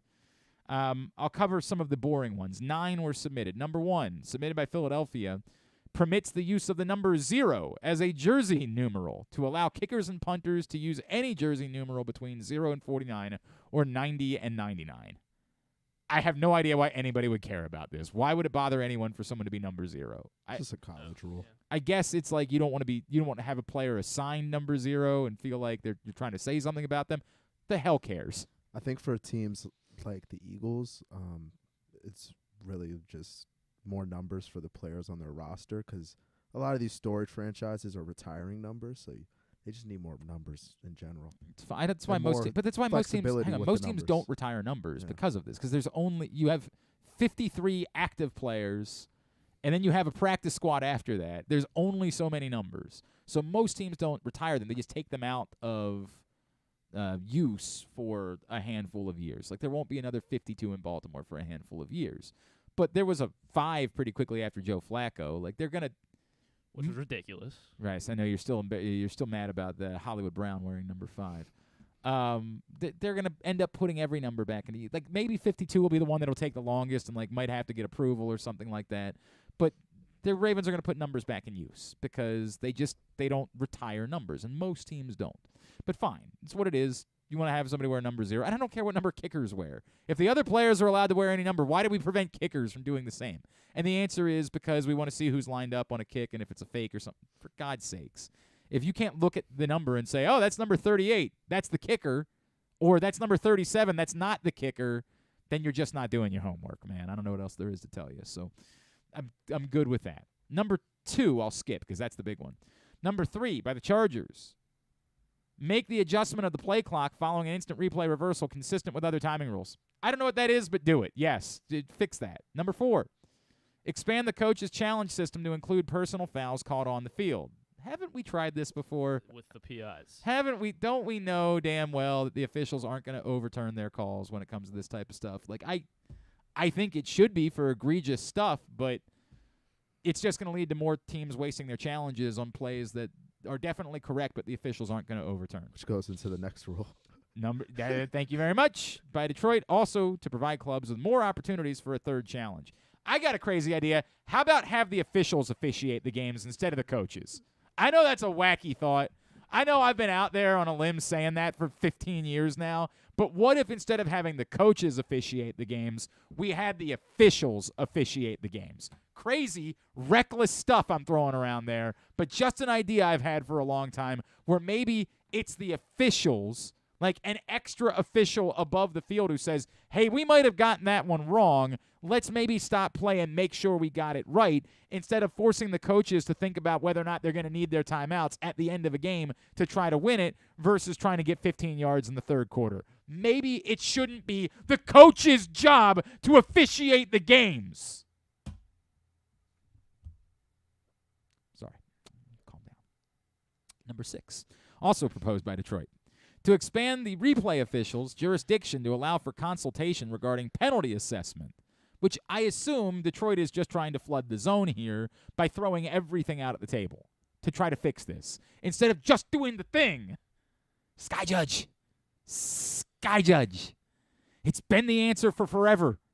Sky Judge. And when we use it, it fixes things quite quickly. Now, doesn't it? Hey, we got that wrong. That wasn't a fumble. We let it play out because, we didn't know. But quickly, they let us know, wasn't a fumble, got it fixed. Maybe we implement it for everything. Hey, we're not going to have you try to overturn your own calls. We're going to remove it, somebody who's not on the field who can say, that was a bad call. We're not going to allow this game to turn on a horrendous call that you won't overturn because it was one of your guys who made the call and it was a judgment call. Sky Judge. Is the way we're seeing it right now sustainable, like with the whole Mike Pereira thing? What do you mean? Like how the XFL is doing it. Yeah, I mean, it's similar to that. It's the concept is very similar. They would have to make that. it clear, though, whether this Sky Judge works for the TVs or for the league. Would work for the league. I think that part is just, a ploy, right, to try to get you to watch. I don't think that it needs to be that we are listening to the conversation, and I don't think the NFL would ever allow for that to be the case. I think that would be the broadcasters will talk. That will happen. The Sky Judge will look at what he's looking at, and then they'll make the decision, and the decision will be announced. I don't think you'd ever see the conversation. Because that's the thought I have watching some of these XFL games. The thought that I have is, why are you watching the XFL? Well, that's why these rules are being implemented. Sure. Being experimented. The NFL is like, if the XFL did it, they don't want to do it. Yeah, that was the way it was the first time. That was what Pereira made very clear. Like, that's why Sky Judge wasn't going to happen, is because it was somebody else's thing. From Houston, to expand the replay official's jurisdiction to allow for review on failed fourth down attempts. So the same way that every turnover is automatically reviewed, the same would be the case for a failed fourth down, because that's, quote, technically a turnover. By law, a fourth down failure is a turnover on downs. So why wouldn't, if we're reviewing all the turnovers, review that as well? Now, somebody would say, well, if you throw an incomplete pass on fourth down, why do we need to review that? So I get that that's part of the problem here, is they're going to have to figure it out. But, yes, certainly like a yardage situation, you shouldn't have to challenge it. It should be something that's automatically reviewed because of the significance of the play. By the Rams, to make fouls for roughing the passer caught on the field, subject to replay assist and a review by a coach's challenge. You're not gonna salty. You're not gonna get it. I get what you're not gonna get it. They're not gonna overturn any of them. You're just stop. You're wasting your time. You're wasting your time on that. By the Jets, to expand the crackback prohibition to players who go in motion and beyond the center to block, quote, a split flow block or a defender below the waist. I mean, I get it. It's something we've tried to clean up for years. Blocking below the waist thing. It's a conversation that's not for me. The one that's for me is this one. Philadelphia, to permit a team to maintain possession of the ball after a score by substituting one offensive play, a 4th and 20 from the kicking team's 20-yard line for an onside kickoff attempt. So you get rid of onside kicks and instead replace them with a 4th and 20 play. It's the dumbest idea in the history of football. You know why? Because it's not supposed to be easy for you to get the ball back. It's not supposed to be a make-it-take-it sport. It's supposed to be that if you fall behind by 3 scores, it's hard to come back from that because the game is 60 minutes. It's a stupid idea because we're trying to manufacture action. We're trying to manufacture games being closer, being more interesting to keep people from tuning out should the game turn out to be lopsided, particularly in a primetime game when we all have to go to work the next day.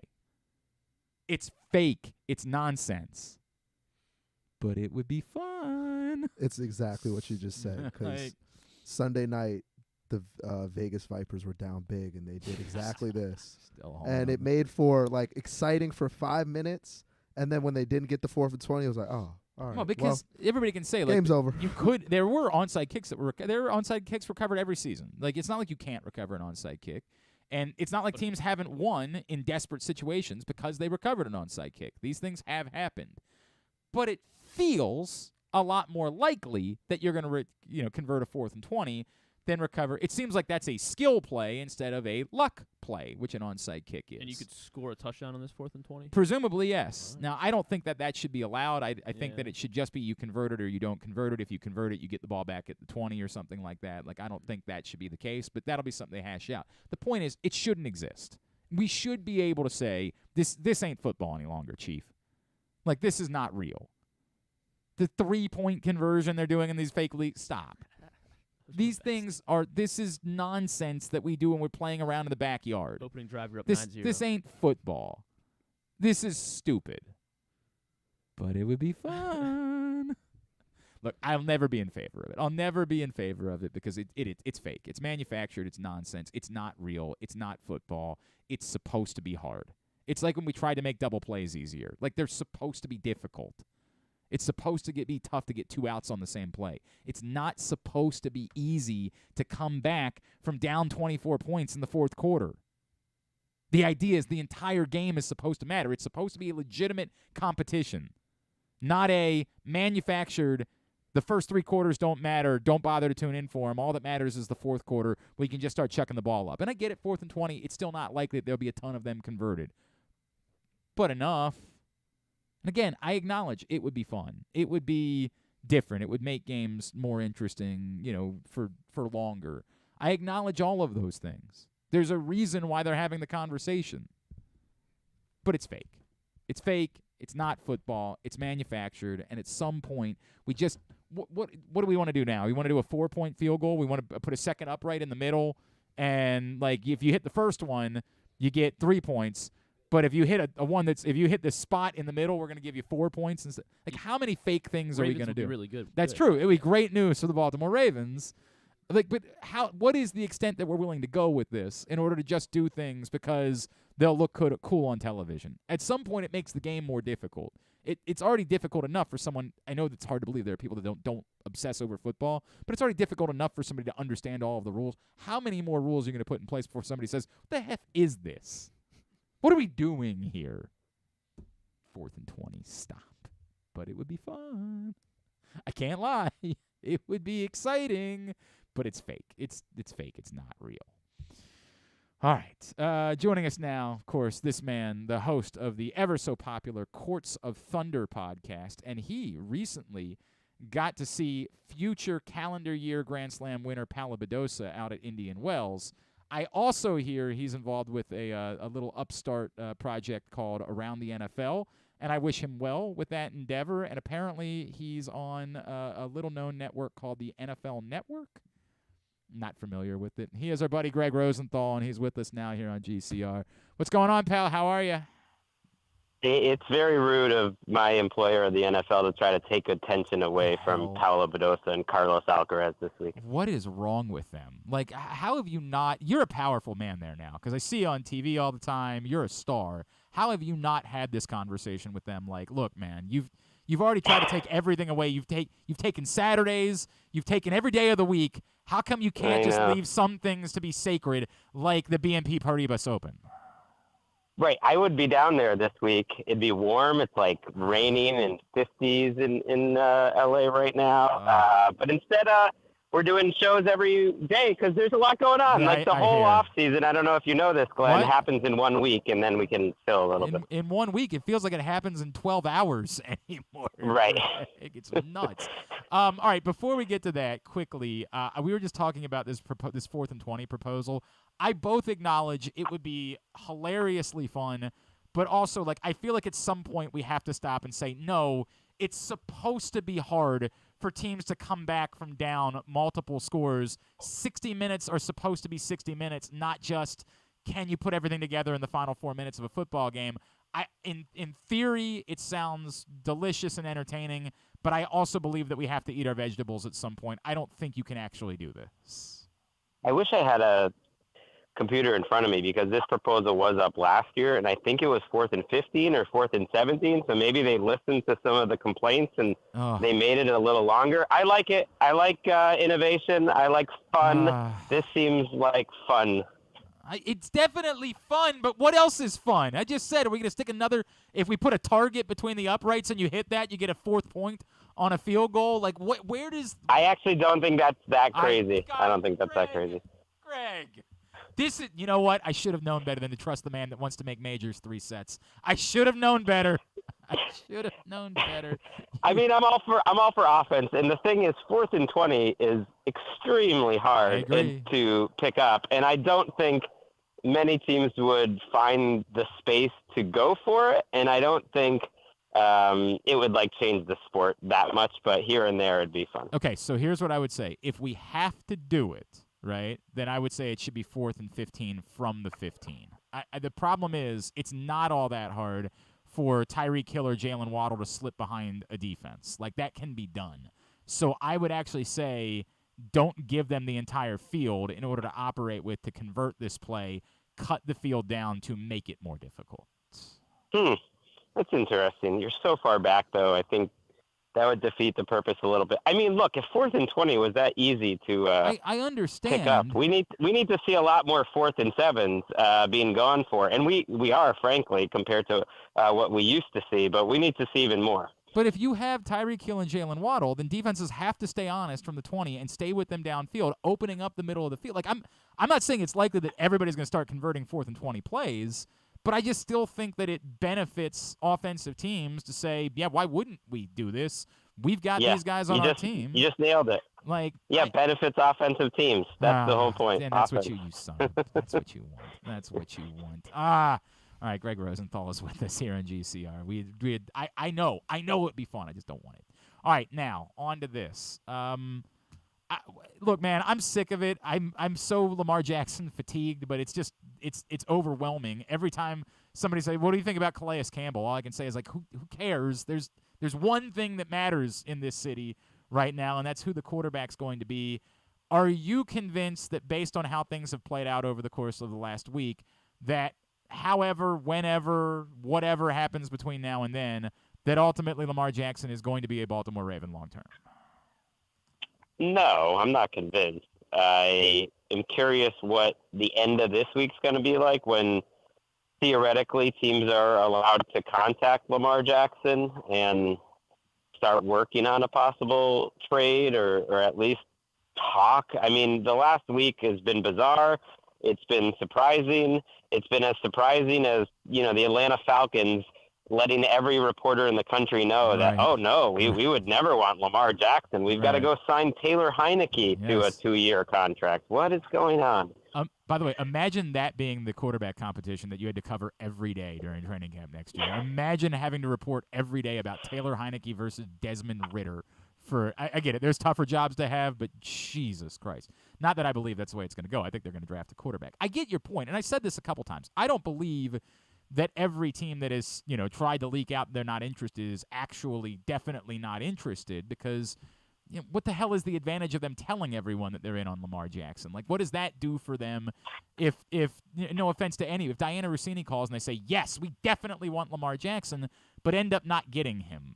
How did that help anyone in the process? So I don't believe that everybody was actually out on him, but what I do buy into, based on how the Ravens have moved money around and with the belief that they're not doing it to go to sign somebody else, that they're trying to make it as loud and clear as possible. We did this because we want the market to be set to speed this process up. We want you to put an offer on the table so that we can match it. So you might not even want to bother making the offer because we're telling you whatever it is, we're going to match it. Man, first of all, I think this Ravens team, has some needs, certainly at receiver, but, on the edge, the defensive line, I don't know that they're not going to be spending. We'll see. The receiver market's going to be pretty low, so I think they could get like a relatively low-cost rotation receiver out there. Teams could structure an offer sheet in such a way that I thought the Ravens, not putting that tag on them, the exclusive tag was, saving cap space, but understanding that we might be willing to lose him unless they had some sort of information that the rest of the league isn't going to go for him or just a feel. I still think if there's a team out there, like we just don't know who it would be, whether it be the Patriots. Ooh, that'd be fun. I was hoping the 49ers, but they just signed Sam Darnold, so I guess that's not happening. Well, stop that. Stop that.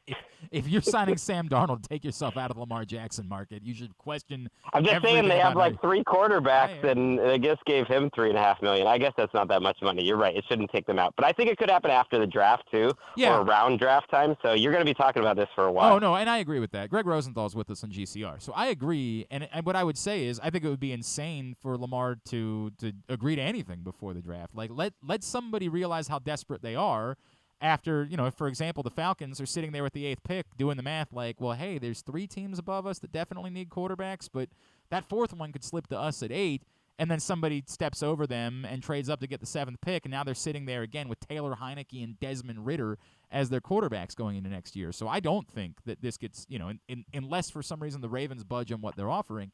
The only thing I would say is I don't believe that that's the reason why they did this.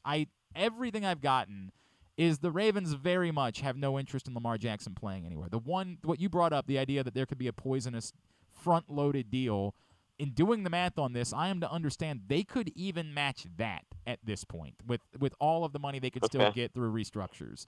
That they are sitting in a place where they could even match that type of thing. The only thing that's a wild card to me is if at some point Lamar just says, dude, I don't want to be there anymore. Like, I'm bothered by how you've done this. I don't want to be there.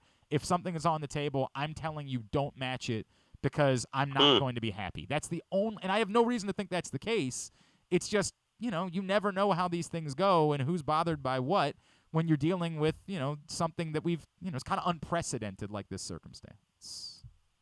You know what else would be unprecedented? What? For the team that the Ravens may hate the most, and the owner that all the other owners hate the most, to just swoop in at the last second and offer a fully guaranteed contract. Let's go, Dan Snyder. I take back everything I said for 20 years. Let's do it. Look, man, there is no reason. I said this to somebody. I do a lot of – I used to work in D.C., so I do a lot of D.C. radio hits. And I said, if there's one person in that organization that was opposed to that idea, if a janitor was opposed to it, I'd fire them. Like, what in what world? You are the most meaningless organization in professional football. The owner is on the way out, has the chance to give everybody a middle finger, and you get to have a quarterback. I think one of my buddies was like, if it doesn't work, it's no different than it's been for 30 years in this city. What in the hell are we doing? Why wouldn't you do that? Dude, the New England thing is way more compelling to me. Like, it's way more compelling because we know Bill Belichick is in love with Lamar Jackson. It would be so Patriots-like to say, oh, no, we wouldn't do that, and keep it quiet and just sort of watch the market kind of depress a little bit and then try to convince Lamar Jackson that they're in love with him and he would be happier here and they better know how to make it work. Like, it would be so Patriots-like to quietly pull this off under the cover of night and then set themselves up to win 5 more Super Bowls in the next 10 years and my life to be miserable. Like, it's the most Patriots thing ever. Right. I mean, I love Lamar, so I don't know why I would want him to go to the Commanders. I don't care about his money that much. He's going to get his money regardless, so I don't want him on the Commanders. The Patriots would be beautiful. And can we interest you in a lightly used Mac Jones? Most certainly I think cannot, he's going to be fine. Jerk. Don't you try to pass that off to me. He's not bad. He's not bad. Said he's bad. I'm going to tell you this. I think Mac Jones is going to play at a level that's at or above the level Joe Flacco played at for most of his career. How about that? He'll be fine. Okay, but that might be true, but Joe Flacco had to play at a cheap contract. I understand, but Joe Flacco you just had get to play his rookie contract. It's cheap. It's just something to keep the people happy in the meantime. Yes, in the AFC in 2023, I'm going to believe that I can go beat Trevor Lawrence and Joe Burrow and Josh Allen and did you hear of Patrick Mahomes? Have you heard of that fellow? I'm going to believe I can beat them with Mac Jones. Yeah, you got it, man. Oh, I'm on it. Sign me up. Let's get that deal done tomorrow.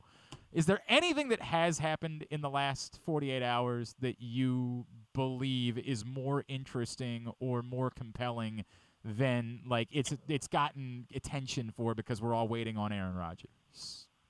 Well, I mean, the fact Jalen Ramsey went to the Dolphins and didn't actually get any more money. The whole idea was they were trading him because he wanted more money. He didn't get it. The market wasn't there for him. That was surprising. Like, he got a guaranteed 2024, but it was the same money he was going to get on his contract anyways, and that they only have to give up a third-round pick, and Vic Fangio is your coach, and you signed a guy, David Long, who I'm a big fan of it, as one of your off-ball linebackers, and you just kind of look at the talent on that defense, and then you just mentioned Hill and Waddle on that offense, and my God, I kind of like that Dolphins team right now. And so I think that Ramsey move, I think he's got a lot left in the tank. Maybe he's a little bit of a pain in the butt, and that, shows up every 2 years. But, man, is he a good player still, only 28 years old. That really felt like a steal for Miami. I like that. Obviously, everything for them comes down to, to his health, of course, and whether or not they can keep him on the field. The other team Well, they have Mike White now, so they're true. fine. Mike Right, White's going to be their White backup. will definitely be able to take down Justin Herbert and Lamar Jackson in the AFC playoffs. There's no doubt that's the guy you can count on. The other team that, to me, in part because the NFC is just so wide open, I am enamored with the Bears, man. Justin Fields showed us so much. Now you're putting DJ Moore out there with Chase Claypool. I certainly would prefer to have Roquan Smith. I'm happy the Ravens have him. But if the price of Roquan Smith was ultimately TJ Edwards and Chase Claypool, I don't know. I think that's a decent trade-off in the process. It's fine. They gave a lot of money to Tremaine Edmonds. Who else did they give a lot of money to up front? They signed a guy, DeMarcus Walker, but there's someone else I'm forgetting about. They were in on Mike McGlinchey, didn't get him. Look, you got to spend the money. I don't know about spending it on off-ball linebackers, but I'm with you. I'm excited about their offense. Darnell Mooney's a good player too, and they have so many draft picks now that the offense could be fun. But I always am a little worried about a defensive coach that invests so much in the defense. And they did that with their draft picks last year. They were terrible on defense last year, the worst defense in the league. So I don't know. I always trust offense a little more, and they haven't really shown it yet. It was Nate Davis who they signed on the offensive line, by the way. That was the guy you're thinking of. Look, I hear you. To me, it's just like, where is the competition in the NFC? Like, what are they up against? The bar, to me, is so low right now in the NFC that Justin Fields plus a couple of competent wide receivers plus a little bit better defense equals, I don't know, you might be a top 5 team in the NFC at this point. Wow, I would not go that far. Tell me who's definitively. Tell me how many. Obviously, the 49ers and the Eagles. Now, tell me who else is definitively better than the Chicago Bears right now. The Vikings, fine, I'll give you that one. So I give you 3. No, I'm not even going to give you the Vikings. No? They are a hot mess right now. I might pick them to come in last in that division. Okay. They are in true cap difficulty, and their roster is just. I hear you, but they still have Justin Jefferson in transition. I would say the Lions. I actually would say the Packers. I think Jordan Love is going to have a chance to succeed. But I like the Lions. I like the Lions in that division. I'll buy the Lions a little bit on the Lions. And the Packers, you would have to show me Jordan Love succeeding. I can't just blindly do that, right? Like, I hear you. If Jordan Love is competent, then you're probably right about that. But I need to see. I liked what I saw out of him last year. I know the Packers like him. I think he has a chance. So he could be. They would be like a perfect, like, super long shot, dark horse, like, Super Bowl team. Because if you're gonna pick one in the NFC, if you're gonna pick one in the NFL, it's got to be in the NFC. Correct. And they are a team that won 13 or 14 games like 5 straight years. I hear you. But there's a quarterback change. Not sure if you're aware. Yes, we think. Yes, we think. Yes, I know. All right. What else is going on? How many years before Carlos Alcaraz hits 23 majors? I don't like people like you putting all this on him, though. He's so exciting. Like, look, Andre Agassi is one of the greatest of all time. How many majors did he win? 6 or 7? It's like that would be a great career. And the thing Alcaraz brings is the juice, the entertainment. So I'll take it. I would honestly say I believe Carlos Alcaraz is better now than Andre Agassi was at that point in his career. I mean. Oh, no doubt. Yeah, I would say. I would agree. I would maybe put the over-under at like 9.5, but that's just an outrageous thing to do to a young player. It is outrageous, but we called it, my friend. We were on this. You called it. You were on it. I definitely ahead of anyone. I made that bet in New York a couple years ago. It was my happiest I've ever been. What does the schedule have for you this week? We're doing shows every day. I'm on NFL Network a couple times. Hopefully the Aaron Rodgers news drops right when we're recording. That would be fun. Let's go, Aaron. Let's get off the pot here. Do something. Hey, could you manifest some Lamar Jackson for me? Because I don't want to do this for another 5 months. I'm legitimately talking about doing 4 days a week at some point because if I can't, for my mental health, I just can't keep doing this way. It is too much. Just bump up your offer, Baltimore. Make it like 180 guaranteed or whatever it needs to be, and let's go. Come on. Get it over with. At Gregg Rosenthal on Twitter is how you follow him. Love you, buddy. Appreciate you. Thanks, Glenn. See ya. It's Gregg Rosenthal with us here on GCR. Again, I have to, every time I talk about how I'm tired of talking about Lamar, I got to be like, right. That's what I'm complaining about in my life. That's what, somebody else has a real problem. And I'm like, I'm sick of doing 6 days a week about Lamar Jackson. You know how relieved I was when they told us that we were off this week on 105.7 because they're going to air the NCAA tournament. Thank God. What if he signed during what if? Yeah, that would be a real bummer. Obviously, like if on Sunday afternoon the news comes out, womp womp. But I was, or he calls into the show. Yeah, I don't think I don't think that would be the first place that he'd be looking to call, considering we turned him down over here. All right, that's true. Said no. Hey man, you know it's what it is. I'd still make the same decision 10 times out of 10. I'd make the exact same decision to decline Lamar Jackson, given the circumstances that were presented by which we would do the interview. I was like, no, sorry. I love him. I remember Greg, they even offered to I was like, dude, I'll plug your book anyway. Like, I got no problem doing that, but you got to be able to ask at least like a couple of questions, like real questions. I can't. What'd you eat for breakfast today? Yeah, I mean, if you saw the list. How's the clothing line? If you saw the list of things they were like, why don't you talk to him about this? I was like, well, those are options, and I would definitely consider some of those, but also would want to bring up a couple of my own. That's the way that it went. All right, are you comfortable with your math this time? I'm positive. Because, again, if we are going to attempt to drag Seth Davis to get into war, we better make sure we have it correct. We better make sure that we're not just putting nonsense out there. By the way, today's show also brought to you by the Baltimore County Police Department. If you have a passion for service and you're looking for a career for life, the Baltimore County Police Department is now hiring. Cadet salaries start at over $32,000 a year. Entry-level officers over $60,000 a year. Lateral officers $64,000 a year. $10,000 signing bonus available for entry-level or lateral officers. Find out more, 410-887-5542, or visit joinbaltimorecountypd.com. All right, what do you have? Okay, so I think I see at least one part where he messed up. I mean, the tweet is a hot mess. Okay, well, again, who are you? You're over here dragging Seth Davis. But this idiot. He said I don't know how it is that CBS employs this dope. The last 20 tournaments, 60% of the Final Four teams have been 1 seeds. So 60%. If you add up the 1 and 2s, it's 60%. Okay. But it is actually 37.5% have been 1 seeds.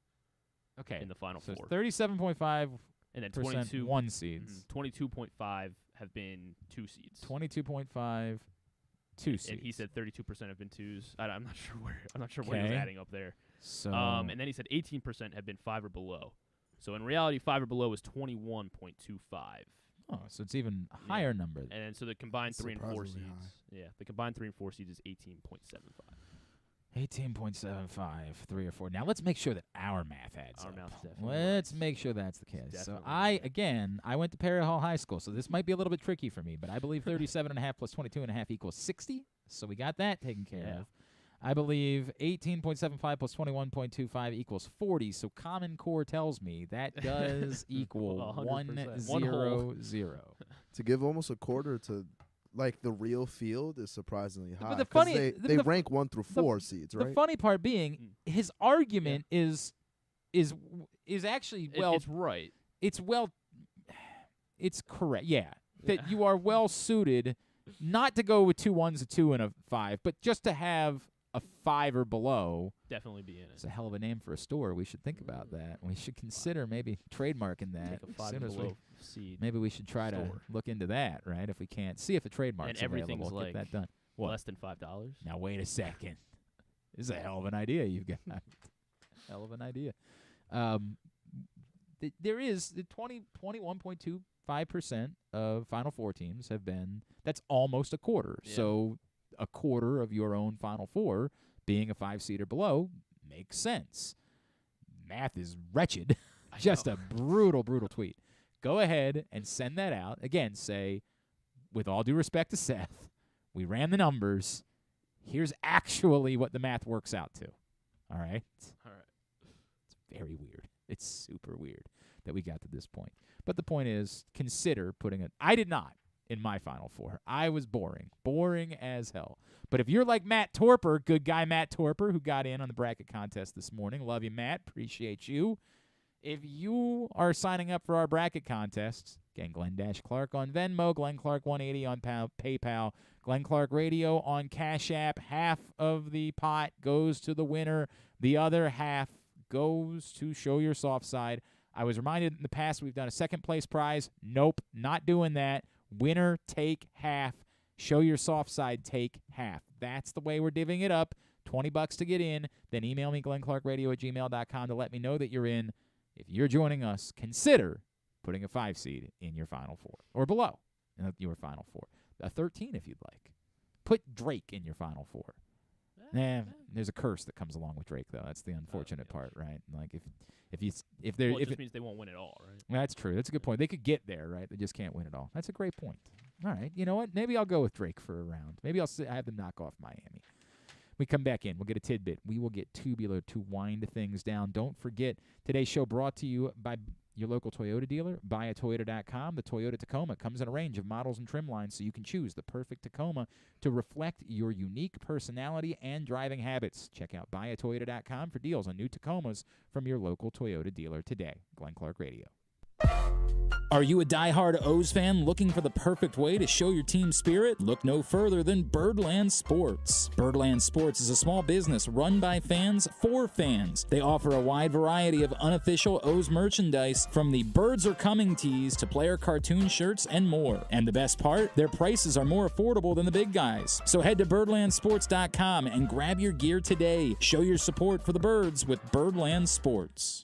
Gambling can be a fun and entertaining experience, but there are risks involved. If you're planning on betting on the game at the casino or on your phone or computer, know your limit, stay within it. Set a budget and a time to stop. Remember, gambling isn't a financial solution, and it doesn't mix well with alcohol or drugs. Know the risks and have a plan before you begin gambling. For free and confidential services, call 1-800-GAMBLER 24/7 or go to helpmygamblingproblem.org. Have you experienced hardship due to COVID-19? Whether it's job loss or a change in career, CCBC has funding available for short-term career programs like welding. Our welding program provides hands-on training with experienced instructors, preparing you for a career in a high-demand field. And with classes starting in March, now is the perfect time to take advantage of this opportunity. Don't let the pandemic hold you back any longer. Call CCBC today at 443-840-2222 or online at ccbcmd.edu to learn more. CCBC Welding. Your new career starts now with funding available. 443-840-2222 or ccbcmd.edu. The latest edition of Press Box is available now. On the cover, Luke Jackson profiles Orioles phenom Gunnar Henderson, breaking down how he was able to become the top prospect in baseball at such a young age and what could be next in his first full MLB season. Also inside, we meet lacrosse players from the men's and women's college programs across the state, and Bo Smoka breaks down another year of wide receiver issues for the Ravens. Press Box is available for free at over 500 area locations, including 60 Royal Farm stores, and you can always find the entire edition, as well as the best daily coverage of the Orioles, Ravens, and Terps at PressBoxOnline.com. That first sip. That first bite. Start your day off right with a delicious breakfast at Royal Farms. Choose from a fantastic selection of fresh Royal Farms breakfast sandwiches and top it off with a rich hot cup of the freshest coffee in the world. At Royal Farms, breakfast is available day and night. It's the freshest breakfast in the world. Real fresh, real fast. Royal Farms. The Baltimore County Police Department is hiring. Entry-level officers start at over $60,000 and over $64,000 for lateral officers, with $10,000 signing bonuses available. Plus, cadets start at over $32,000. Great benefits are available like medical, dental, and vision insurance, tuition reimbursement, 15 sick days per calendar year with no limit, career advancement to more than 20 specialized units, and more, with further incentives for military service members and veterans. A passion for service, a career for life with the Baltimore County Police Department. Find out more at joinbaltimorecountypd.com or call 410-887-5542. Must be a United States citizen, have a valid driver's license, and a high school diploma or GED equivalent. If you miss anything on the show, don't forget that you can watch full episodes at youtube.com/pressboxonline, and you can download podcasts on Apple, iTunes, Amazon, and Grindr. Wait, did I say Grindr? I don't think that you would find it on Grindr. Not that I know it's on Grindr or anything, I swear. On second thought, you know what? I don't care what you think. Here's Glenn. Your boy is trying to do the contrarian thing again today. Yeah. Saying that my complaint about the 4th and 20 would be like me complaining about the football adding the forward pass over 100 years ago. No, you know what would be really cool? I'll make a comparison. You know what would be super cool if there was a sport that allowed you to make multiple forward passes on the same play, right? Like that would be that would just be wild, right? Like if we just made it NFL Blitz at some point, because it was the greatest game that ever existed, to the point where I spent a lot of money to have an NFL Blitz arcade machine in my house. To understand the one-up version of the NFL Blitz arcade machine stinks because it got rid of all the fun stuff from NFL Blitz, all the late hits, all the NFL was like, no, we won't license that. Like, get out of here. NFL Blitz was great. But you know what we've realized? There needs to be a set of rules and, like, understanding about what football is supposed to be. And if we just sort of open it up and said, let's have multiple forward passes on the same play, at some point it becomes a different sport. Now, you're right. The forward pass, when it was added, briefly after football existed, not hundreds of years later, briefly afterwards, did revolutionize the way that football was played, ultimately. It changed. It took a long time, but it did revolutionize it after we first put the forward pass in around 1900. The idea of this is that it's a simple premise. The 60 minutes are supposed to matter. It's not a make-it-take-it sport. I reference this all the time when I do lacrosse games. Whenever a team falls behind, I always bring up that the beauty of lacrosse is that it's built as a make-it-take-it sport. If you fall behind, but you can win face-offs, you're still in it. But that's the nature of the sport. The nature of the sport is the face-offs matter. There are some people that think the face-offs should be gone from lacrosse. We're seeing that right now with the sixes format of lacrosse. But the nature of lacrosse is that when you're a child, you know the face-off matters. Wing play matters because having possession matters. Now, again, Loyola only won 4 face-offs all day a couple weeks ago and still beat Maryland. It's not like you can't do that, but face-offs matter significantly. In football, we know it's not a make-it-take-it sport. It's difficult, extraordinarily difficult. If you think there's some sort of safety hazard with the onside kick, with guys running into each other, and that's the reason why you want to get rid of it, okay, we'll talk. But it ain't that, is it? It's because you want to manufacture something. It's because you want to create something that's fake. Now, again, if we have to do it, I would still argue, line them up at the 15-yard line. Take away just slipping a guy behind the defense. Take that part of it out. You want to convert? Go convert. If you can convert a 4th and 15 from the 15-yard line, 4th and goal from the 15, then you're good. You get the ball back at your own 25-yard line. That's what I would do. Because it's difficult to cover the whole field. That's the truth. The truth is covering the whole field is hard, man, especially when you're dealing with speed receivers. When you've got to be honest with speed receivers, then that's going to open up the middle of the field. It suddenly makes it so that it's a convertible play. Again, is it likely? Of course not. There's a reason why teams don't choose to go for it on 4th and 20. But if you feel like you have to do something, or I just don't know who is this change? Are you any more inclined to let me stick through this. I'm trying to come up with a scenario. We're all going to watch football no matter what. So the unique scenario would be it's a Thursday night game on Amazon. It's third quarter. Lions Jets. Jags That could be a good Titans. game. No, the It's Jags are always- good now. Stop. The Jags are one of the more But exciting that's the teams in football. quintessential Thursday I night. understand, but that's the Cardinals, maybe Titans-Texans is the game, right? Yeah. Titans-Texans on a AFC Thursday slugfest. night, right? And it's, for whatever reason, the Titans are up 24-7 in the third quarter. They scored 24 points. I know, right? Wow. On a Thursday. 24-7 late in the third quarter. Were you turning it off? And are you now more inclined to not turn it off because of the 4th and 20 thing? Well, I never draft in fantasy Titans or Texans players. Yeah. So I probably would never had it on, honestly. Stop. Okay, no. What are you I talking mean, yes, about? yes, I'm definitely. There's only so many leaning NFL towards- games a year. You're watching the game. I don't turn them off. That's the thing. definitely I'm watching, man. I bet on it. There's something going on that I'm Right. watching. I mean, I guess it depends, but yeah. I'm the wrong guy for this. Right, This is exactly. the NFL that we're talking about. We only get so many games a year. I'm going to watch them. I mean, it would have to be extraordinary. It'd have to be like 45-7 or something like that in order for me to turn it off. But yeah, I And get exactly what you're saying. Because even looking at the Thursday slate last year, I was Yeah. like, there's no need to watch that game. And I'm I watched turning it on. I watched every single Yeah, one of I them watched- because it's an NFL game, and we only get a certain number of them every year. I think it's the thing that what you're saying that's sticking out to me that I would agree with is the manufacturing part. If it was something within the game of football that allowed you to get the ball back, like I thought, like if maybe on the kickoff, this is a little too easy. If the ball went through the uprights on the opposite field, or if you like hit the post, then you get the ball Oh back. damn. Like, but that's still within the game. Okay.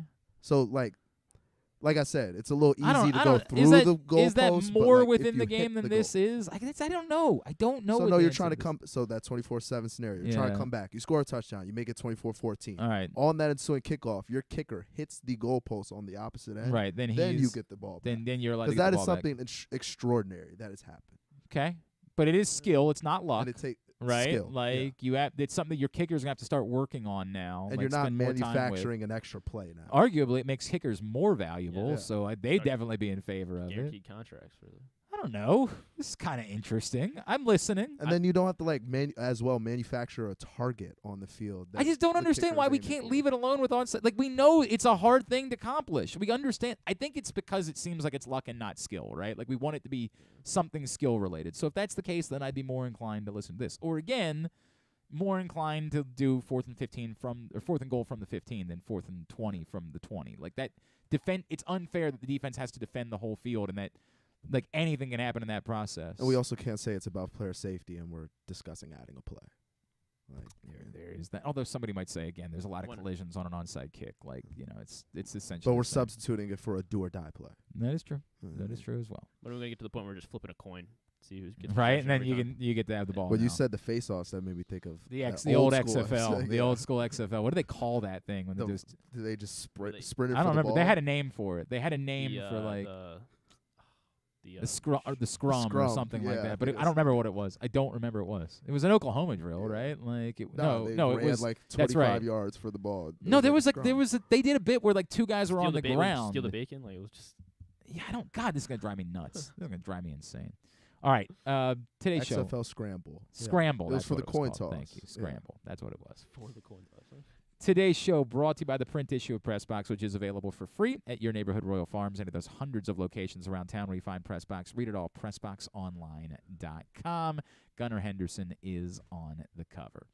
Let's get a tidbit. Tidbit is brought to you today by PressboxOnline.com/offers, where we've got a new partner. It's Betfred. They're Maryland's newest sports book, and they're now up and running just in time for March Madness. Bet $50 and get up to $1,111 in bonus Fred bets. Go to PressboxOnline.com/offers for Betfred specials and other great sign-up deals. What you got? All right, so the World Baseball Classic, of course, is still going on. U.S. had a big win over You're Canada. really trying to put this thing over, aren't you? And there was a perfect game last If night. you're going to ask me anything about the World Baseball It Classic, the won't be answer about it. is This no. I don't know. It's just what happened last night. Yeah. Well, actually, I guess I'll well, you're not going to get the question. All right, Jose de Leon from Puerto Rico. Sure. Pitcher in the Reds organization. Yeah. He retired the first 17 batters he faced in their game against. Yeah, but you know what was weird about that? Then they forced him out of the game because it's not a legitimate competition. He hit a 65 pitch limit, but he struck out 10 batters before he was pulled. Cool. That is the longest perfect game bid in World Baseball Classic history by one player, and it matches the WBC single game strikeout. Sure, it record. does. The hallowed history of the WBC. 10 strikeouts in 2009 for the Dominican Republic. Ubaldo Jimenez. Good for Ubaldo. Would have been nice for him to have done that in Toronto in 2016. Would have been really swell if it had worked out that way. So yesterday I asked you to name all the teams that had won a championship in the NCAA tournament 3 or more times. Yes, so correct. there are 7 teams that have won it exactly twice. Exactly twice. This was I should have studied this. Yeah. It's kind of on me. I can't remember who had won it. Now I got to remember. Oh, God. Well, Florida. Yes, Florida has won it twice. Damn. Exactly twice.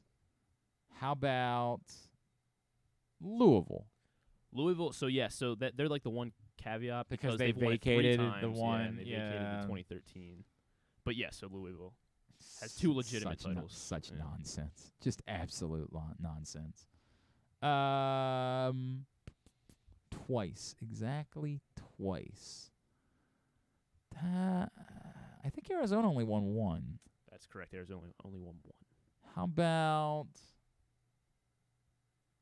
did NC State win a second? NC State has won it twice.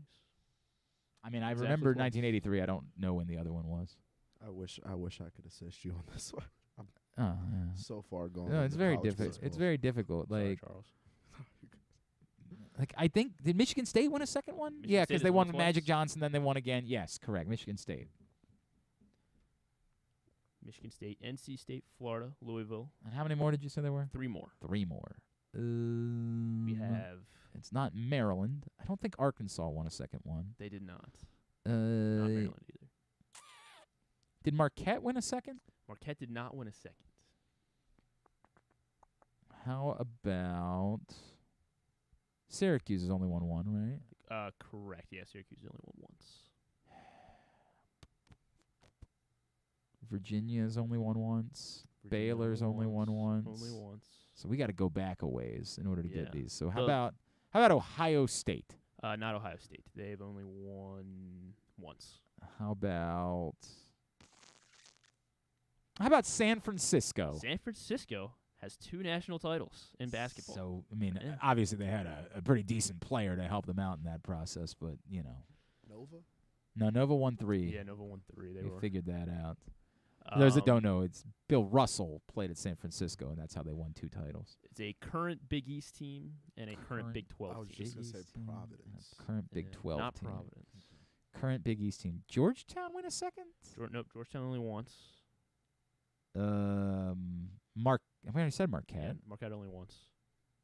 Xavier's never won a Oh, title. wait, sorry. I messed up. That's on me. Current American team. That's on me. Cincinnati. Cincinnati has won twice. Future Big 12 team, Yeah, however. They will be in the Big 12 was soon. trying to. He said the other. The last is Big 12. The The other. last is Big 12. I don't know who else in the Big 12 has won a title. West Virginia? Not West Virginia. Oklahoma? Not Oklahoma. Oklahoma State? Oklahoma Okay, State all right. has won 2 national titles. I don't know. I have no recollection Whoever of that. played for them?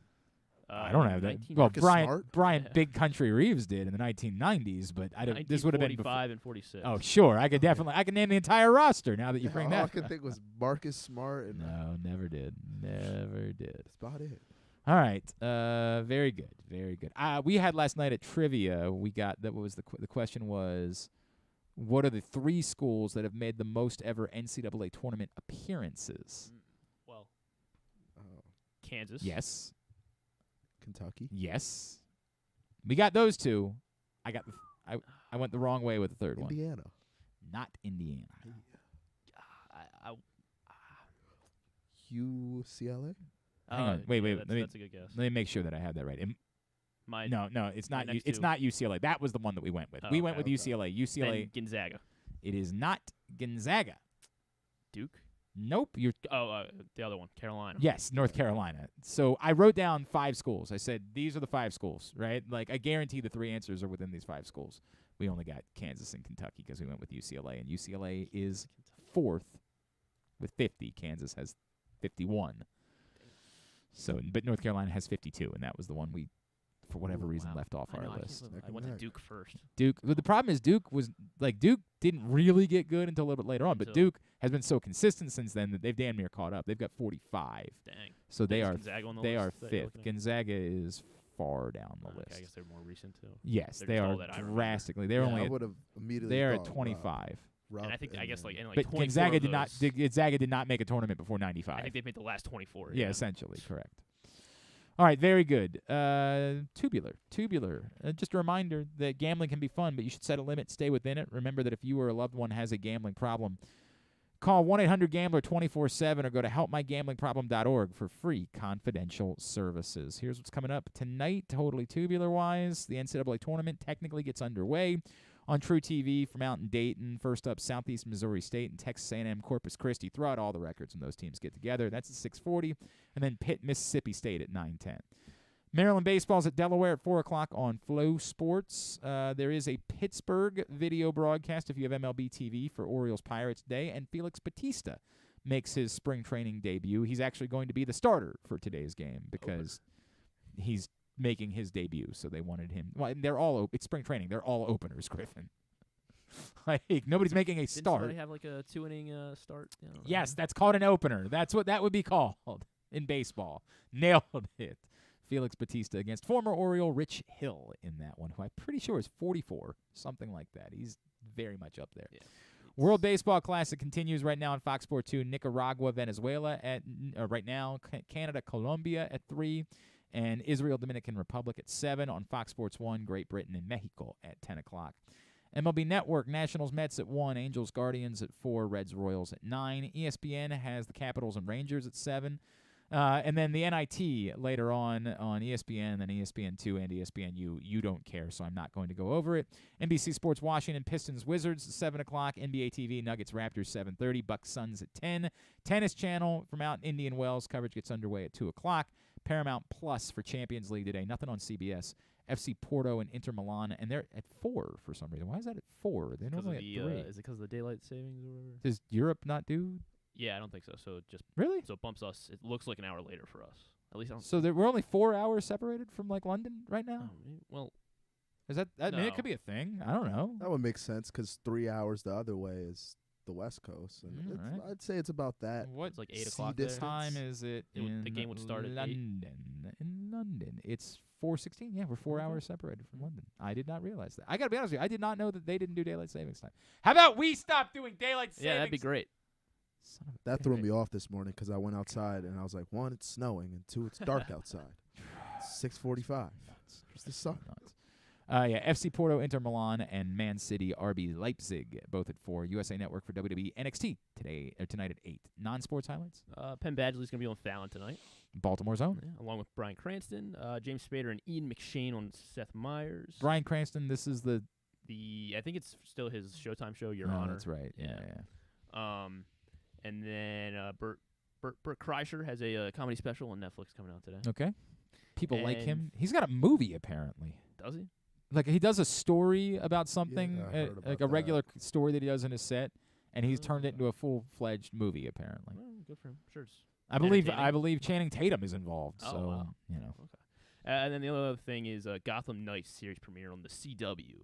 We're essentially following Bruce Wayne gets murdered. I remember they did that Gotham show on Fox a few years ago. That was like it was like the like origin stories for everybody. And my wife and I were in for like the first 7 episodes. We were watching every week, and then we were like, "Yeah, there's nothing here." Apparently, this one sucks. I mean, everything DC's been doing has not been good. I was holding out hope since it was the CW, and like the Flash was good, Arrow was good a couple years ago. But now apparently The Machine is the name of the Bert Kreischer movie, apparently, and it's not Channing. I had the wrong. It's Jimmy Tatro, not Channing Tatum. Jimmy Tatro, who was also in Magic. No, the Jump Street. Oh, okay. And I like Jimmy Tatro. He's on that. He's on that show that I like, the Home Economics on ABC. He's on that show as well. All right. Very good. Yeah. Did we do everything? Oh, no. I need to remind I hosted Stan the Fan show yesterday with a special guest appearance by Stan the Fan. It was crazy. It was an amazing get. Stan the Fan show hosted by Glenn Clark. With featuring Stan the Fan. It was wild, man. As Stan's down at spring training, he joined me for his show yesterday. And if you missed it, you can find it at facebook.com/PressBoxSports by clicking on the videos tab, or go to youtube.com/PressBoxOnline or PressBoxOnline.com/video. All right. Thanks today to Gregg Rosenthal. Thanks to Brian McFarland, to Patrick Stevens. We'll get it all up in the greatest hits section of the Oh, my God. It's so good. tab at GlennClarkRadio.com. Anything tomorrow? Ace Baldwin. Oh, we're scheduled to chat with Baltimore's own St. Francis alum Ace Baldwin, who just won the A10 with VCU. Is that it? Stuff and things. Okay. Dynamite. The hot dog. Thanks to everybody at PressBox, all of our great sponsors and partners. The Baltimore County Police Department, Problem Gambling, Royal Farms, Costa Sin, CCBC, Birdland Sports, your local Toyota dealer, buyatoyota.com. Thanks to Charles at charles.ap28 on Instagram. Griffin_Bass for him. Thanks to Griffin. That's on Twitter. Follow us, Twitter, Instagram, and TikTok at Glenn Clark Radio. Have a great Tuesday evening. Do we care about anybody tonight? No, go nobody. Oh, well. What do we care about? Why would we care about something? What do you care about? Go free agency. Yeah. Yeah, go free I mean, agency. sure, fine. Duke sucks.